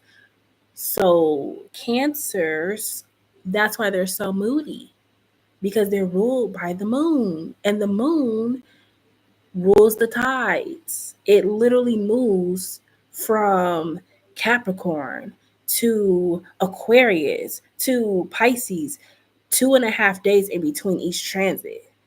So one day your Cancer might be extremely loving and sweet and want to cuddle, and then the next day they looking at you trying to cut you. But that is Cancer. And like I said, I have it as a moon sign. So I really have to say that my Capricorn sun is what keeps me grounded. Yeah, I am. I am a Capricorn sun. So that's what it's like. It's because Capricorn, Cancer, they're the sister signs. So it's like when my Cancer want to act up, my Capricorn be like, now you know better. What have you learned? So yeah. Yeah. I would say and no making fun of mental health issues. If anybody has mental health issues on here, you know, look, I'm not making fun of it. But what I will say is dealing with a Cancer is like dealing with someone who's bipolar. They're bipolar. The energy is bipolar. But I can relate because like I told you, that moon sign placement, it's thankfully Cancer moons, they're more comfortable in their emotional shift than a Scorpio moon. Scorpio moons? Yeah, Scorpio moons. And I have a girl best friend who is a Cancer. Her birthday is 22nd. And man, she's moody. Yeah. Yeah. I wish I had different signs for my moon rising. All that Scorpio is wild. Yes, girl. Hey, Dirty Jaws. You just getting off work, girl. Thank you so much. Beautiful. Yes, that's exactly. Yeah, Scorpio moons. Y'all be like, okay, I'm gonna be honest. Scorpio moons, trust issues. Trust issues, baby. Yeah, trust issues. See, yeah, Scorpio moons don't really trust a lot of people. Mm-mm. Nope, because in y'all mind, y'all rather get them before they got you. So emotionally, y'all always kind of got a reservation. Y'all always have a because Scorpio suns are like that too, but with the moon there, it's like you could be as in love as you want to be, but baby, you got a plan. Because you expecting that person to betray you. See, Scorpio moons, they're very realistic. They ain't finna let you know what's going on behind the scenes. Okay? Yeah.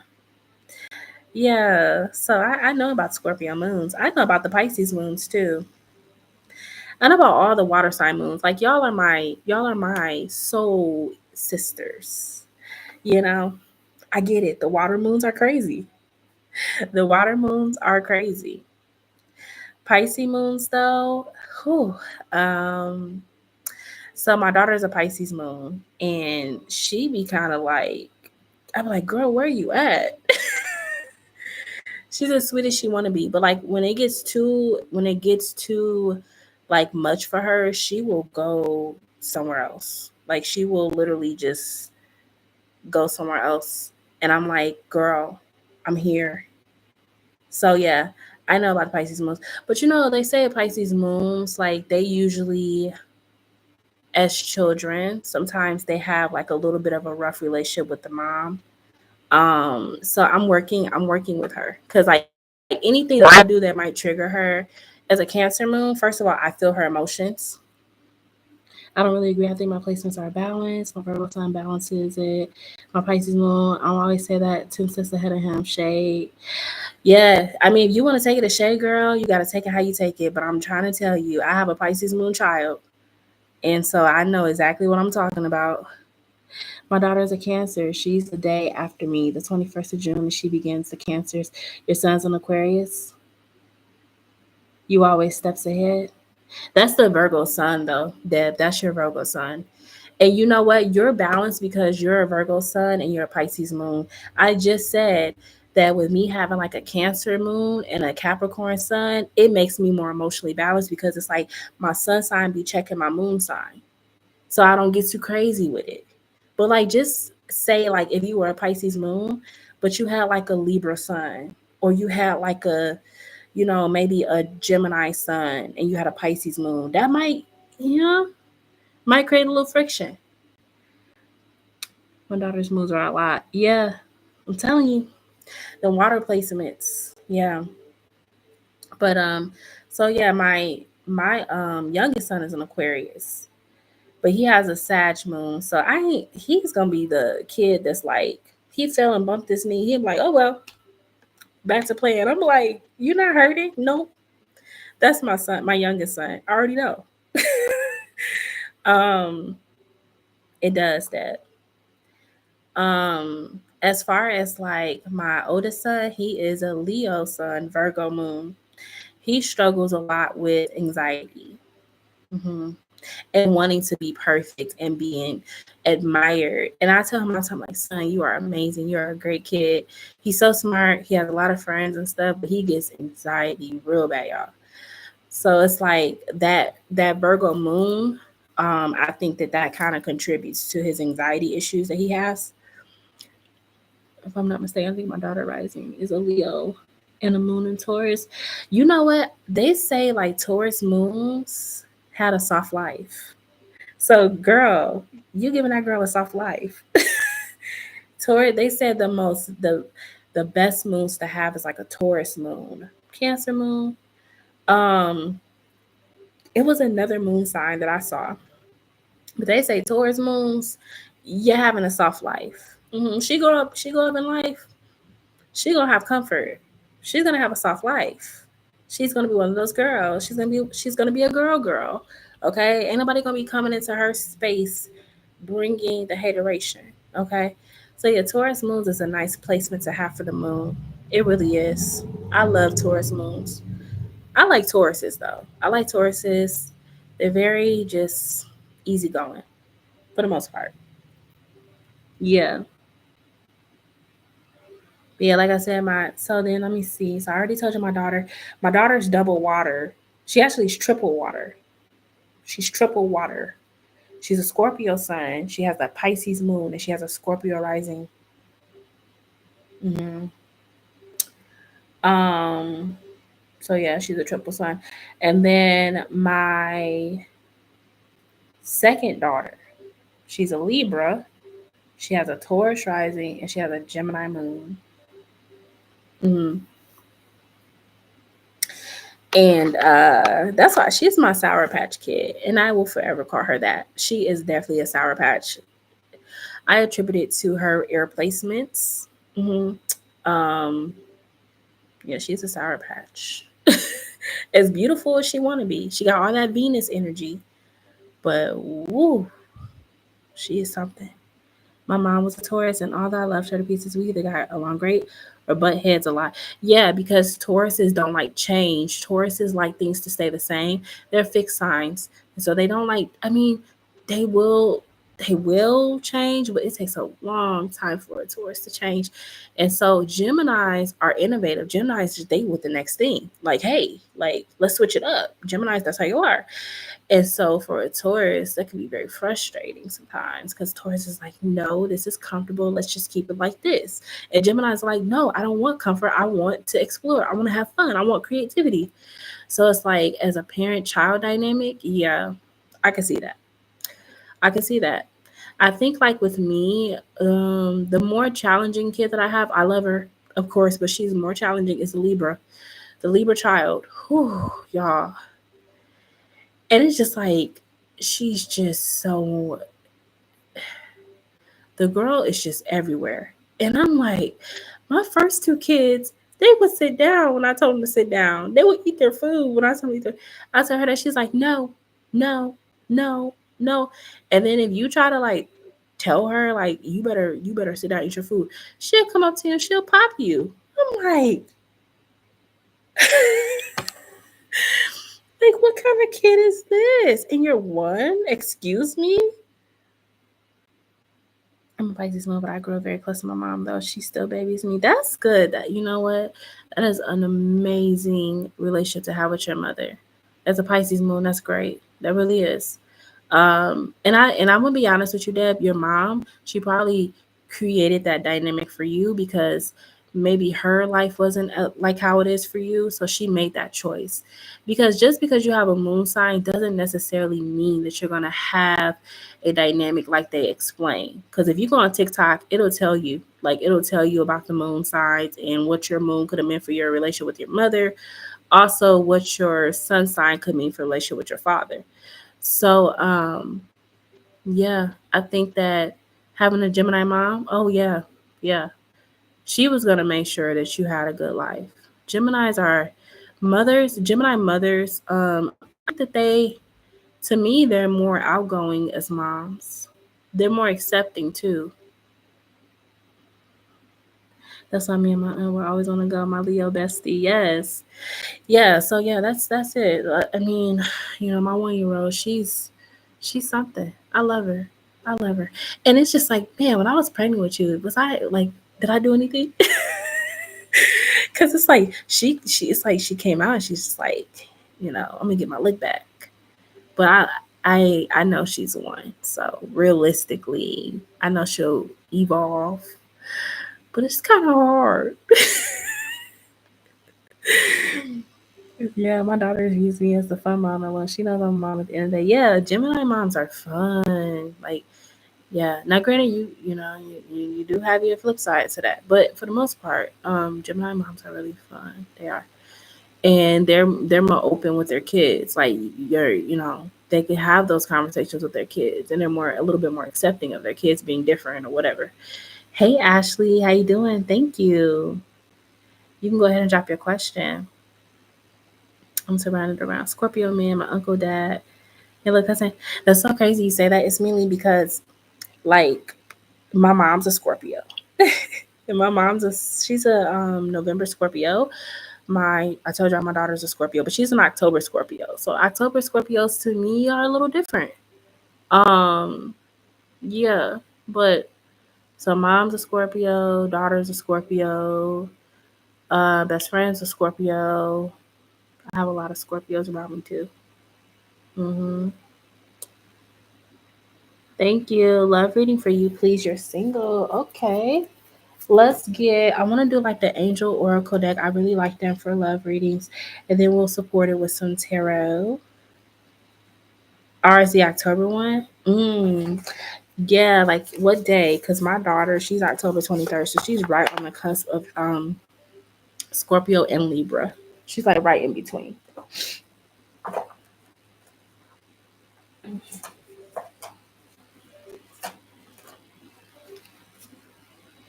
The 30th. Okay. Yeah. So yeah, my baby girl, she's right in between Scorpio and Libra. She's cute. She's your mini twin. Thank you. Yes, she is. Yep. And she's almost 9. So it's like, oh my gosh, I gotta start getting her prepared, y'all. Which, like, I talked to her doctor. The doctor's like, oh, they don't usually start their cycle until they're 12. But I'm like, I need my daughter to be ready. I ain't even. So we're gonna have like us a little mom girl day, and I'm gonna take her and just like spend time with her. And I told her that I was gonna give her like a princess pouch, which is just it's nothing too crazy. But I want her to get used to like having stuff on her, like to be ready when she goes to school. Because the girls are having cycles earlier because all the hormones they putting into the stuff. So like I don't want her to be scared. I don't want her to be like freaking out at school or like, not knowing what's happening to her body. Yeah, Shavish. They both do, her and my son. They remember your name for sure. But so yeah. All right, so I'm gonna get started on Ashley's question. Ashley, I got my love angels here. I'm going to use let me use this deck here. You was 12? I was 12 too. I think I was 12. And I remember feeling like so weird at school. Like it didn't happen at school. Thankfully I was at home. But like when I went to school, I just felt weird. Like I didn't know who of my friends had started. And it was just a weird feeling. It was like I just felt different, from them. And then like eventually all my friends like started, but it's the weirdest feeling. And I think that like little girls should have that with their moms. Like they should have that preparedness. And even if it's 2 years before or 3 years, it don't matter. Like as soon as your daughter starts to develop, certain things on her body, that talk needs to be had. As soon as them hormones start making them get musty and just the talks need to be had. They have to be. So yeah, we're gonna go and we're gonna learn. And like I said, it's gonna be age appropriate. I ain't gonna be crazy because she's only gonna be 8. She's not 16. But like I said, getting her like a princess pouch so that she'll have things for herself. little baby wipes, just little things. But yeah, I'm scared to have the sex talk. You scared to have it? You can't be scared now because children are very discerning. And if you scared to talk to your child, they're gonna be like, "Oh, mama's scared. I'm just gonna go find out for myself." You don't want that. Yeah, you just gotta be ready, and don't look at it as a negative thing, because if you look at sex talk as negative, your child's going to associate the education as negative. They're not gonna want to connect with it. You know, like my mom, she, it was just a different time. It was just a different time. That's all I'm gonna say. All right, so this is for Ashley. Ashley would like to get some love messages for herself. She's single. This is for Ashley.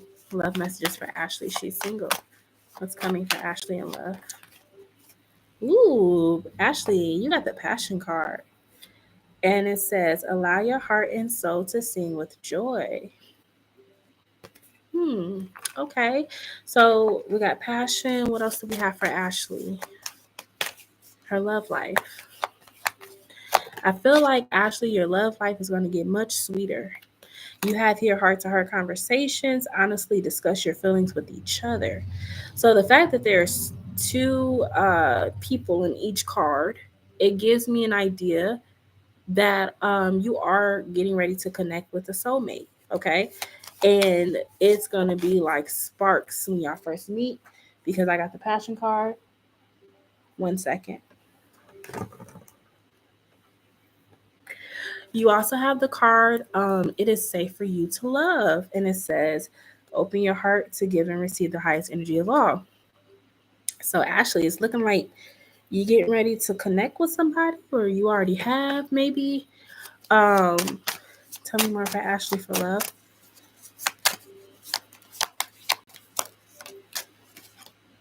We have perception, and it says red flags, delusion, perspective, see through your own false beliefs. So it's time to kind of make do with some of the ways that maybe you have gone about looking at relationships or love. I think that, like, yes, you may have gone through some hardships in love or been through kind of like a lot when it comes to love, but not every lover is here to hurt you. So I think that, like, spirit is saying, um there is light at the end of that tunnel. There's light at the end of the tunnel for you. It's not always going to be how it used to be. Things are changing. Things are changing. Tell me more for it's safe for you to love. Yeah, you getting ready to meet somebody, Ashley. Potential. And it says fulfillment, risk, achievement. Your potential is limitless. So yeah, there is going to be an opportunity that's coming, and you two could potentially be, headed in a different direction. Now, anything else for Ashley for love? Material harvest.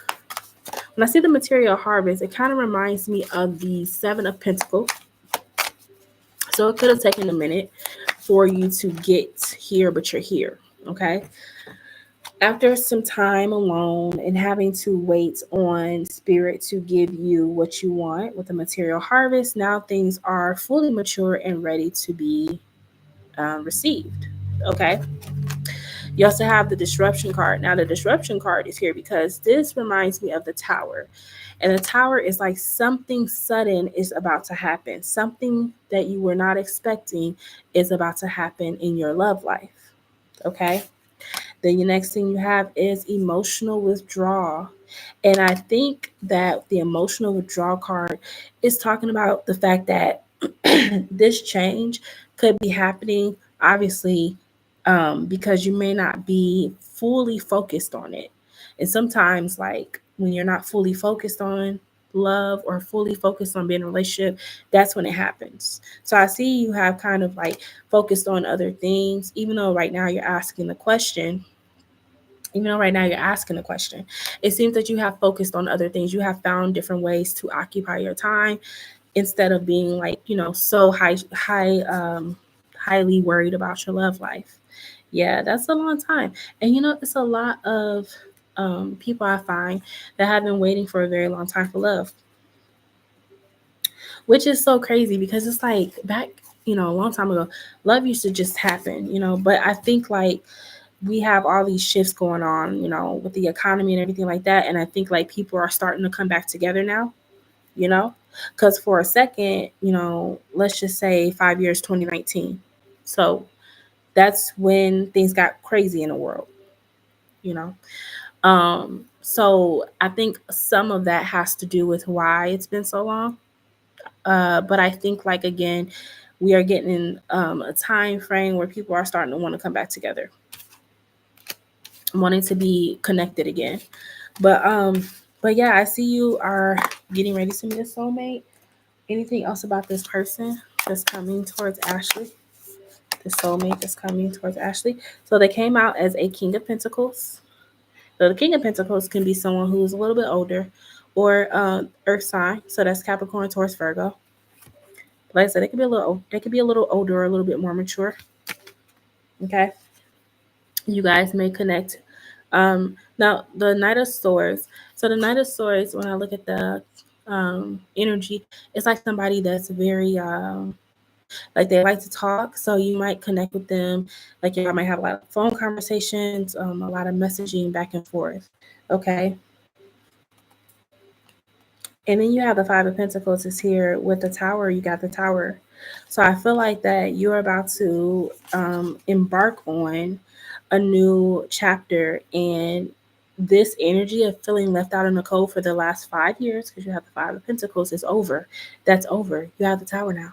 That whole situation of you being alone and not with someone, it's coming to an end. And then your last card is the Lovers. See? Came out again.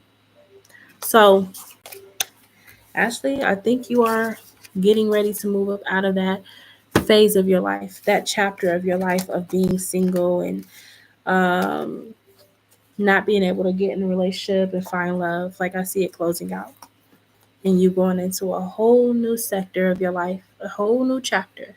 And I think that this full moon in Capricorn is really important for a lot of us because Capricorn is Saturn and Saturn is karma. Saturn is past life. Saturn is time. Hey, Jack Mac. Sure. So I feel like that, yes, Ashley, you can donate again if you want. So I feel like a lot of us are closing out a karmic cycle now. We're closing out a well overdue cycle of karma, something that kept repeating itself over and over and over and over and over. So, like the full moon in Capricorn is going to be a refreshing full moon because it's going to let us close out a certain karmic timeline, whether that be love, a job, a relationship, you know, finances, something is closing out. But again, it's tied to karma. So, yeah. All right. Okay, Ashley, will I get a call from a tool company this year? All right. So, Jack Mac, is that a yes or no for you? All right. So, I'm going to take care of Ashley because she did donate again. But then, Jack Mac, I got you. All right. So, this is for Ashley. Is love coming Ashley's way in 2024? Okay. Is love coming Ashley's way in 2024? Yeah, very soon. Three of Wands. Very soon. You are going to get to the point where so always look at the description. And this person is standing on the edge, maybe a cliff or something. And they could see their ships coming in.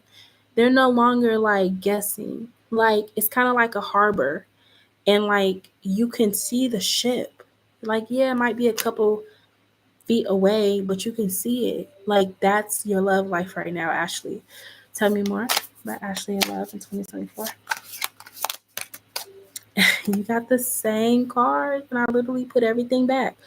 You have the Lovers, you have the Tower, the Five of Pentacles, and the Knight of Swords. They're coming. They're rushing in. So this person is coming towards you very soon. Very soon, okay? Um, you're gonna be meeting someone. And like I said, there you could see your ships. If that helps give you more of a visual of how close it is. Okay, so yes, yes. All right. Okay, so this is for Jack Mac. Jack Mac says, will I get a call from a tool company this year? You're welcome, Ashley. So will Jack Mac get a call from a tool company this year? Will Jack Mac get a call from a tool company this year? Yes. You have the sun card. Yes. Now, granted, you've been waiting. You may have been applying, putting in a resume, could have even had people reject you. I don't know. But you have the sun and the six of cups. So yes, you will get a call from a tool company. Yeah. You are the nicest tarot reader. Thank you. I appreciate that comment. I'm glad that you feel that way. I try. I really do. So yep, Jack Mac. I got a yes for you. Okay.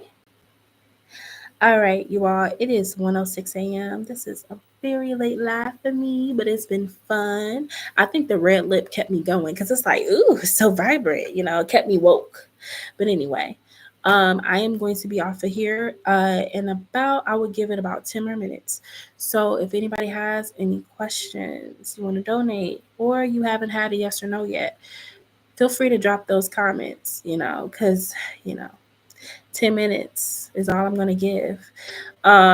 So just let me know, y'all. But in the meantime, Shay, you laughing at me? I'm serious. I need to wear red lips more often on live because it's keeping me up.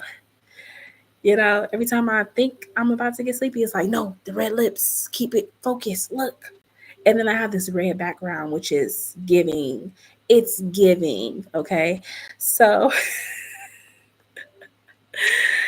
it works. That's all I'm going to say. It's definitely matching the aesthetic for the evening. And then I even got the cheetah print, y'all. Like I really did. I really thought this look all the way through, I think. But anyway. Yeah, y'all. It's been a great night. It's Saturday. Y'all got plans for anything today? Anybody doing anything?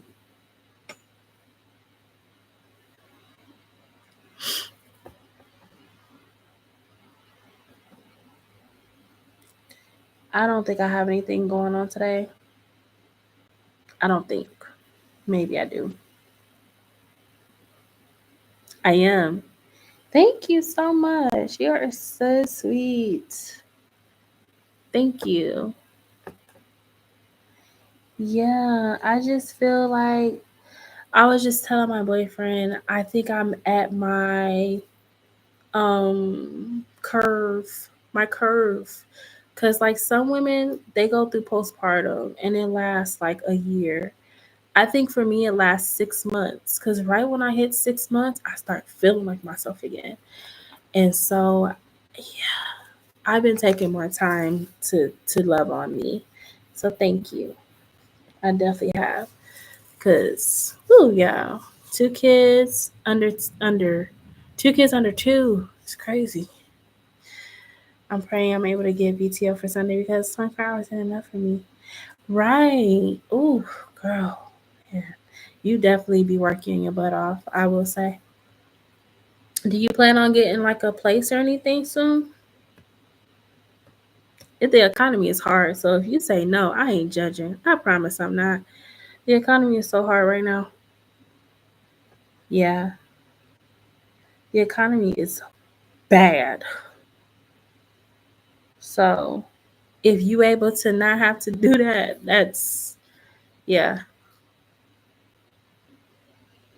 I'm gonna wait it off. I'm gonna stay until I have a desire. Yeah, yeah, cause it's rough. It's hard out here. Then they were talking about like how content creators are losing their heads because these last couple years being a content creator has been the money. It's been where the money resides. Okay. Even starting in 2020 when TikTok really became really big of a platform, everybody went over there. That's why YouTube is kind of like I really feel like YouTube is everybody's going to start coming back, especially the readers. But anyway, now that's slowing down, and like the creators are losing it. They are begging people for money because they cannot afford their penthouses. They cannot afford the luxury.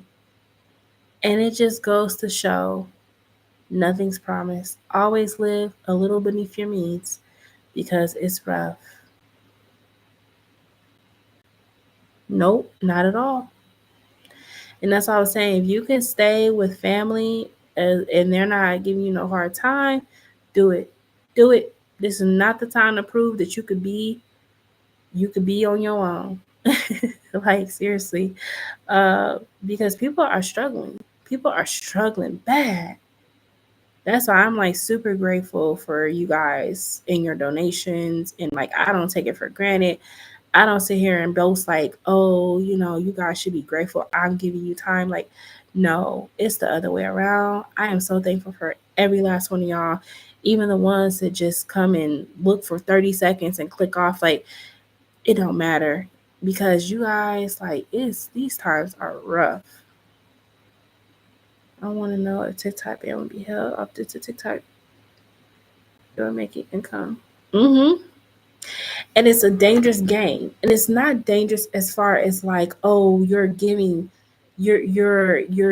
this as your only means of income. What's dangerous about it is the fact that your income is going to fluctuate with the tides. So if you're solely depending on TikTok to pay your bills, that is a dangerous game. Very dangerous. um and they even were talking about how like Meta wasn't paying people.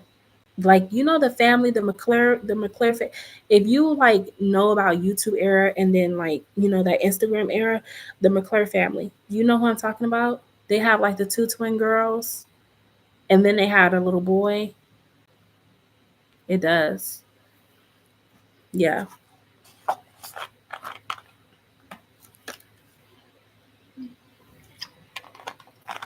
If anybody know about the McClure family, um they basically got really well. I feel like the mom and dad had their own thing going on, but then they met, and then the little girls, they're so cute. They were super cute. Mom started making content for the twins, and it just took off because they were so cute.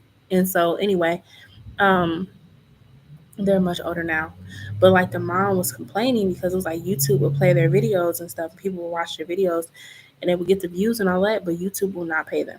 They have literally like a balance of like, I want to just say, put a number out there. They probably got like a balance of like, $300,000, $400,000, $500,000, and like Meta will not pay them. It's just sitting. So that's why I said it's a dangerous game. I had dozed off for a second. LOL. Oh, you're what? Wait, was you putting it in the fridge and letting it chill, and then you got sleepy? Oh, I understand that. But you're funny. You're funny as really for real.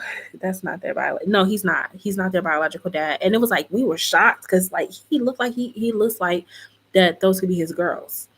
Um, but anyway, yeah, yeah. Meta will not pay their content creators.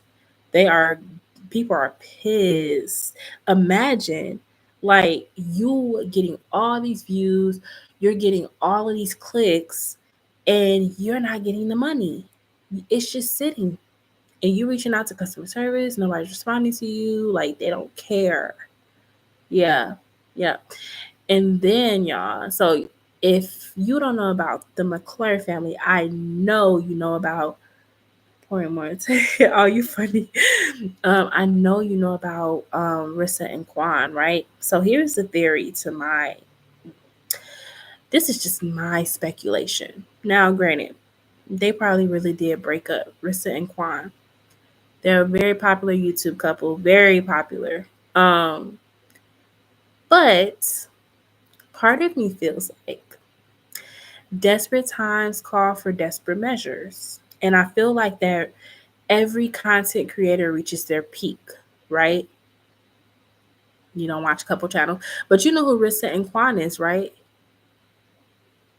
Like they're kind of like the Beyonce and Jay-Z of like YouTube in a way. Well, part like I would say that for me, from my knowledge, they're kind of seriously they kind of are. So okay, so anyway, um, they basically broke up, whatever, and everybody's devastated. It's like everybody's talking about it on social media, but like part of me feels like I gotta see a pic of them. When you see them, you'll know, cause like they make a lot of content. Anyway, I feel like that some of it is them trying to save their like they're trying to save their brand because like it got to a point where like she had babies and that content is not fun to like a younger audience. Don't nobody care that you got a 3-year old. Nobody cares that you just had a newborn baby. Nobody cares that you delivered your baby. Like that they look young and a lot of their base fans are younger people. And so I think like they have started to get a little bit of a lower, view. And I feel like some of the breakup stuff is a little bit staged. Not saying they didn't really break up, but I think they let it blow up as bad as it did so that people would start talking about them again, watching their videos again, all of that. Super toxic. But anyway, I'll show you this picture. Rissa and Quan. Or let me see.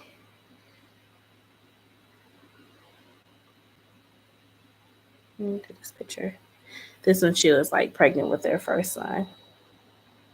See? But yeah, I mean, I think that's what they do. Yeah, that's what they do. They have babies or they break up and it's crazy. And it's like they were letting people speculate. Like he was posting stuff like F love, and I put that on my dead sister, and everybody like, "Oh, he must really be done with her because he would never, his sister died." And then she's not saying nothing. She just keep posting pictures like they still together. So I was like, regardless, even if they really are done, like just the fact that they had to do the extreme to like keep up with content or like their viewers or like it's not safe. That's why I was like, I personally, this is my only means of like social media is YouTube, but just doing this because I cannot create a YouTube channel for specific, like just specifically for vlogs and none of that. Cause it's just like, it's too much of a rat race and it's not worth the sanity. Like, you don't know them. Okay.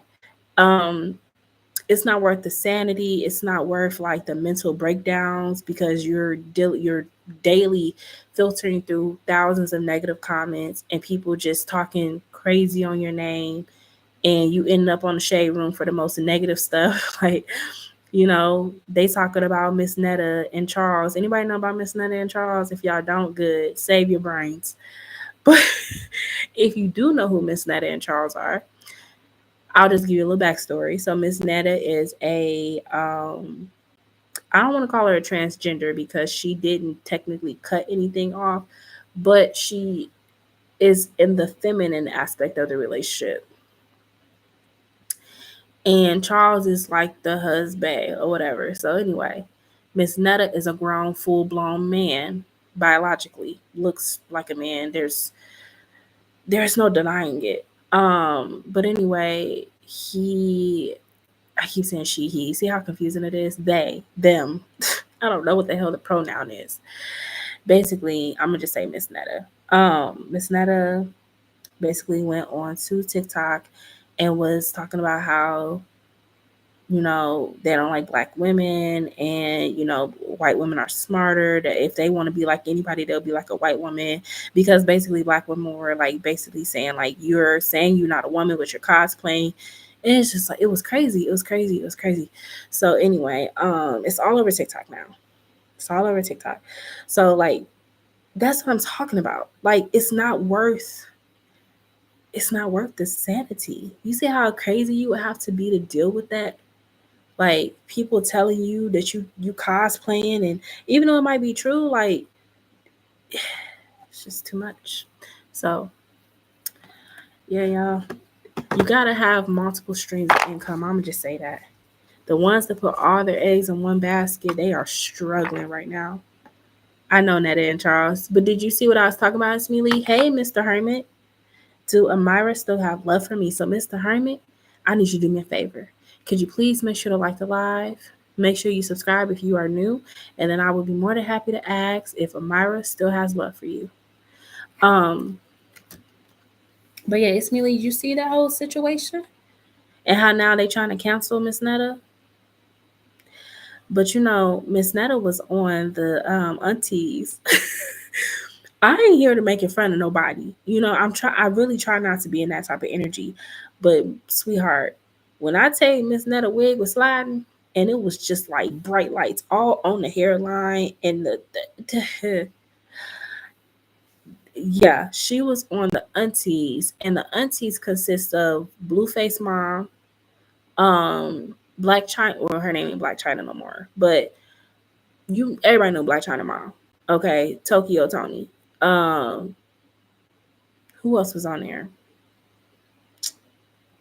Blueface Mom, Tokyo Tony, and some other girl. I don't know who she is, but they messy. They're messy, and they that old school messy. But yeah, they was basically like going in, and Miss Netta got to sweating. She was sweating, and the lace just lifted. So now, ever since that, she has lost her head.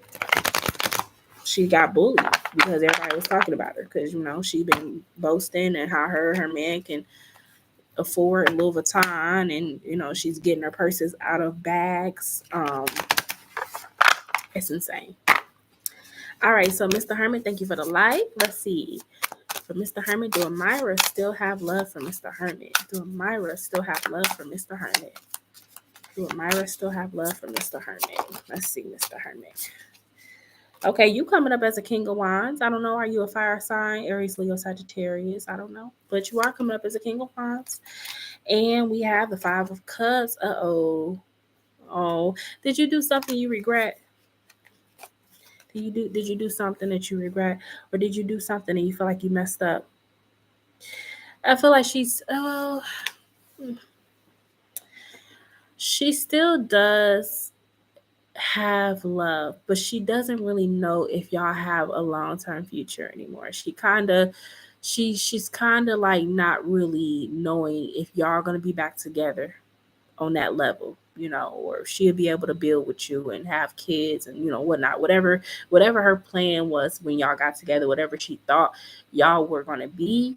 It's like now she can't really see that too clearly. So yeah, I don't know what happened, of course, but I am seeing her still have love. She's just not sure. No, she probably did find out about a third party. So you had a third party, Mr. Hermit? Well, she might have, because now she's questioning if you two are going to. She's just questioning a lot of things that she thought was going to be, in this relationship.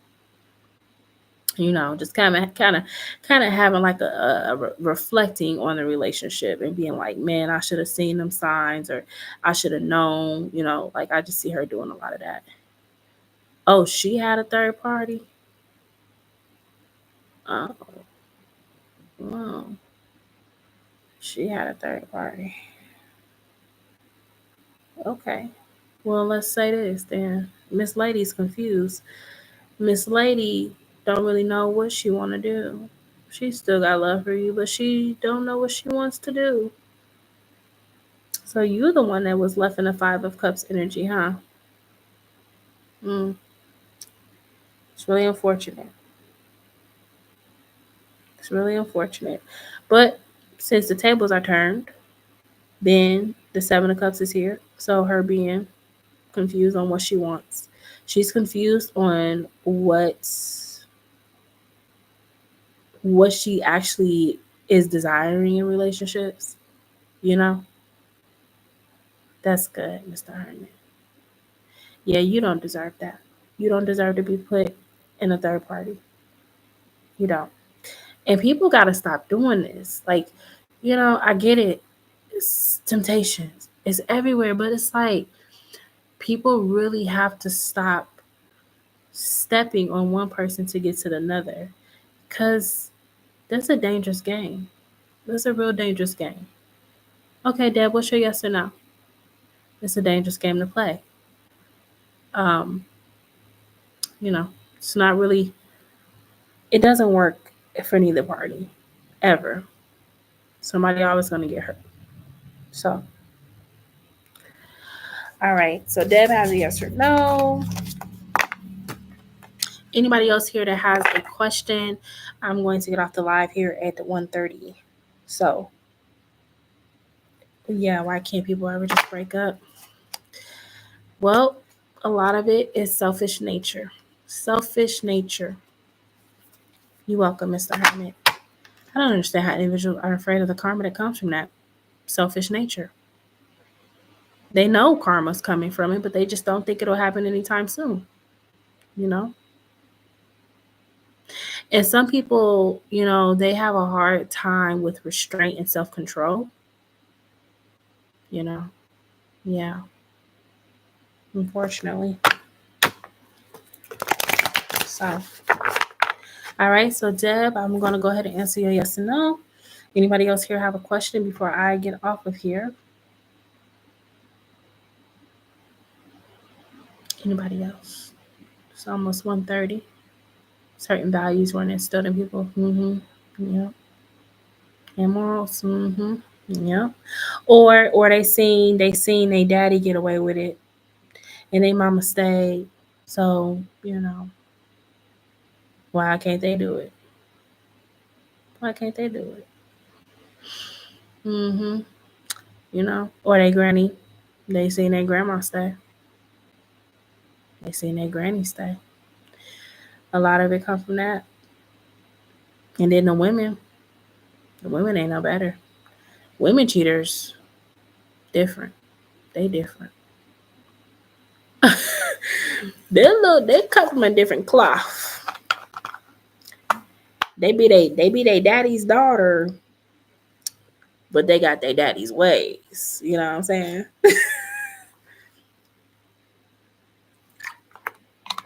They be their daddy's daughter, but they got their daddy ways.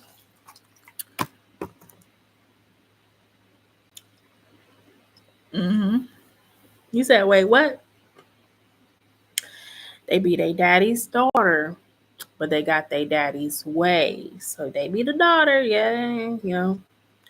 Outside, they're a woman. But the way that they move is just like their daddy. It's good. But then you got some that ain't like that.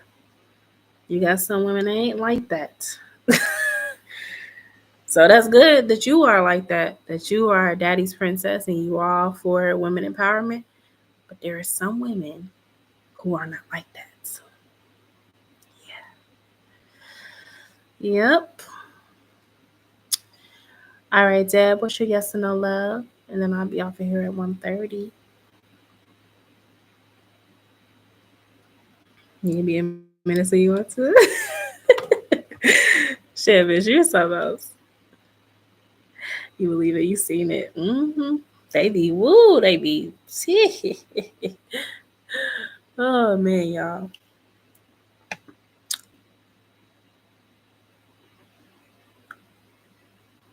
Yeah.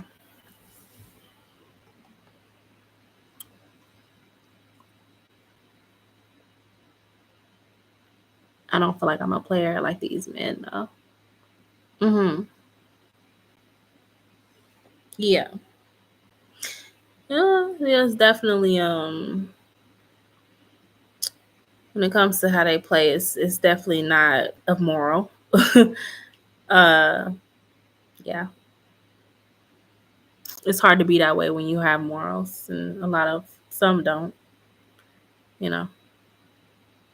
But I think it goes both ways. I think like women sometimes women cheat a little bit smarter. They don't just go for anything. Women, I would say women more than likely cheat a little bit more up. They cheat up. So like there's something there that the other person is providing that's more. They're giving more But sometimes men, they kind of cheat for convenience, and you don't necessarily have to be up or down. You don't necessarily have to be up or down. You just have to be available, which is why women cheat a little bit better.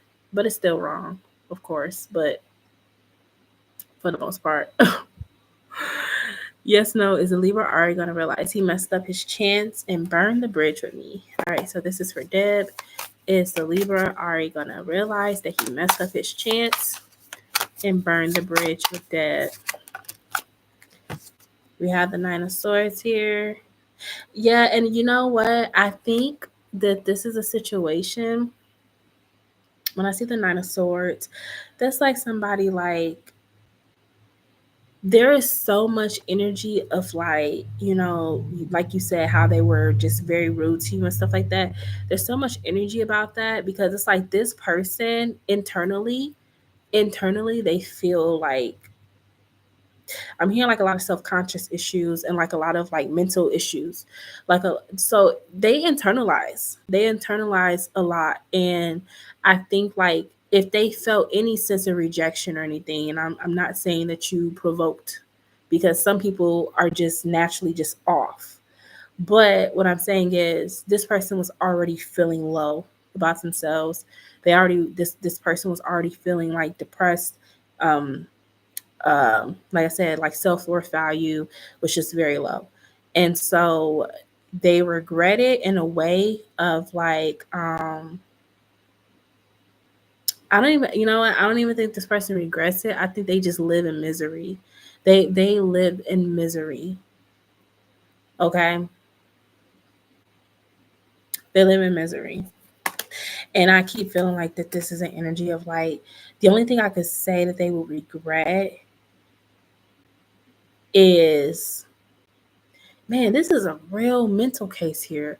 Like every time I try to tap into this person, I get these crazy like I don't know if it's like schizophrenic, bipolarism, like it's something mentally crazy where like they feel like you triggered them and they're upset that they let you in and that they let you trigger them like this.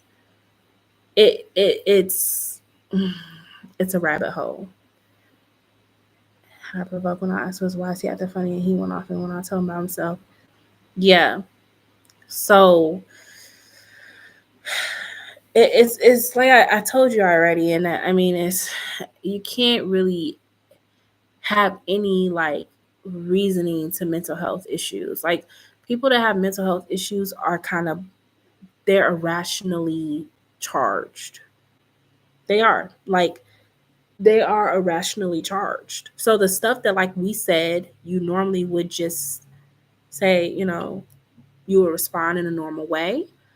If someone has mental health, they're going to go off because, well, we don't know if he has meds that he takes or, if he's getting the therapy.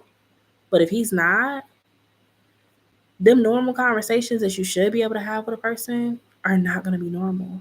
They're not going to be normal. Yeah. You're starting to like him? Yeah. Dude is just, yeah, I don't know. All I would say is like you did the best you could when it came to dealing with him. I personally do not see you as provoking his energy, and that's why I said that even though in his world he felt like you provoked him, you did not provoke him. We know that. But I think like there's only so much you can really do to help a person or to be there. Some people are you just have to you know pray for them and keep it moving. You know, and I think that yeah. Mhm. Yeah. How simple communication is provoking. But when you're direct with people sometimes being direct could come across as too cut like it's like being direct sometimes can be like, for some people, intimidating. They don't really respond well to direct communication. And obviously, you said if you had known that, you wouldn't have been so direct. But I think like that could be part of it. But when you're dealing with someone with mental health, like it's not going to be fair. It's not. You could have talked to him in the most softest tone, but if he found it like that what you said was too direct, or you were trying to, it's like he's gonna turn it into something bigger than what it is. So, but like I said, some people cannot handle that. And then also, that's the thing about your Virgo sun. So like Virgos, they don't mean harm. And I'm gonna just say this: Virgos don't mean harm, but Virgos can come across as very straight to the point. They want to know the information. And so sometimes for other people, it could come across as like, you're going straight for the juggler. Like you ain't get, you know what I'm saying? And so like that's why sometimes Virgos can be misunderstood, because you really are not trying to be rude. You're not trying to rub people the wrong way or anything like that. You just need the information so you can process it and carry on. But like some people, it takes them a minute. Um, so yeah, unfortunately. But yeah, that's what I'm saying for the Libra. Yeah. Just got to pray about him and keep it moving, girl. Okay. All right. I'm getting ready to get off of here, y'all. It's been fun, but these glasses are sliding this way. They tired. They're like, look. They're like, you done. You gonna keep going. You just go. Okay, we just gonna slide off your face then, cause we ready to be put away. I'm kidding, y'all. I'm crazy. But anyway, I hope y'all have a happy Saturday. I hope y'all have a good Saturday. For those who work, I hope that work is safe and productive. And for the ones who just gonna be out having a good time, a partying or whatever, I hope that is safe and productive for y'all. Thank you. But in the meantime, I hope y'all have a good day, and I will talk to y'all later. Bye.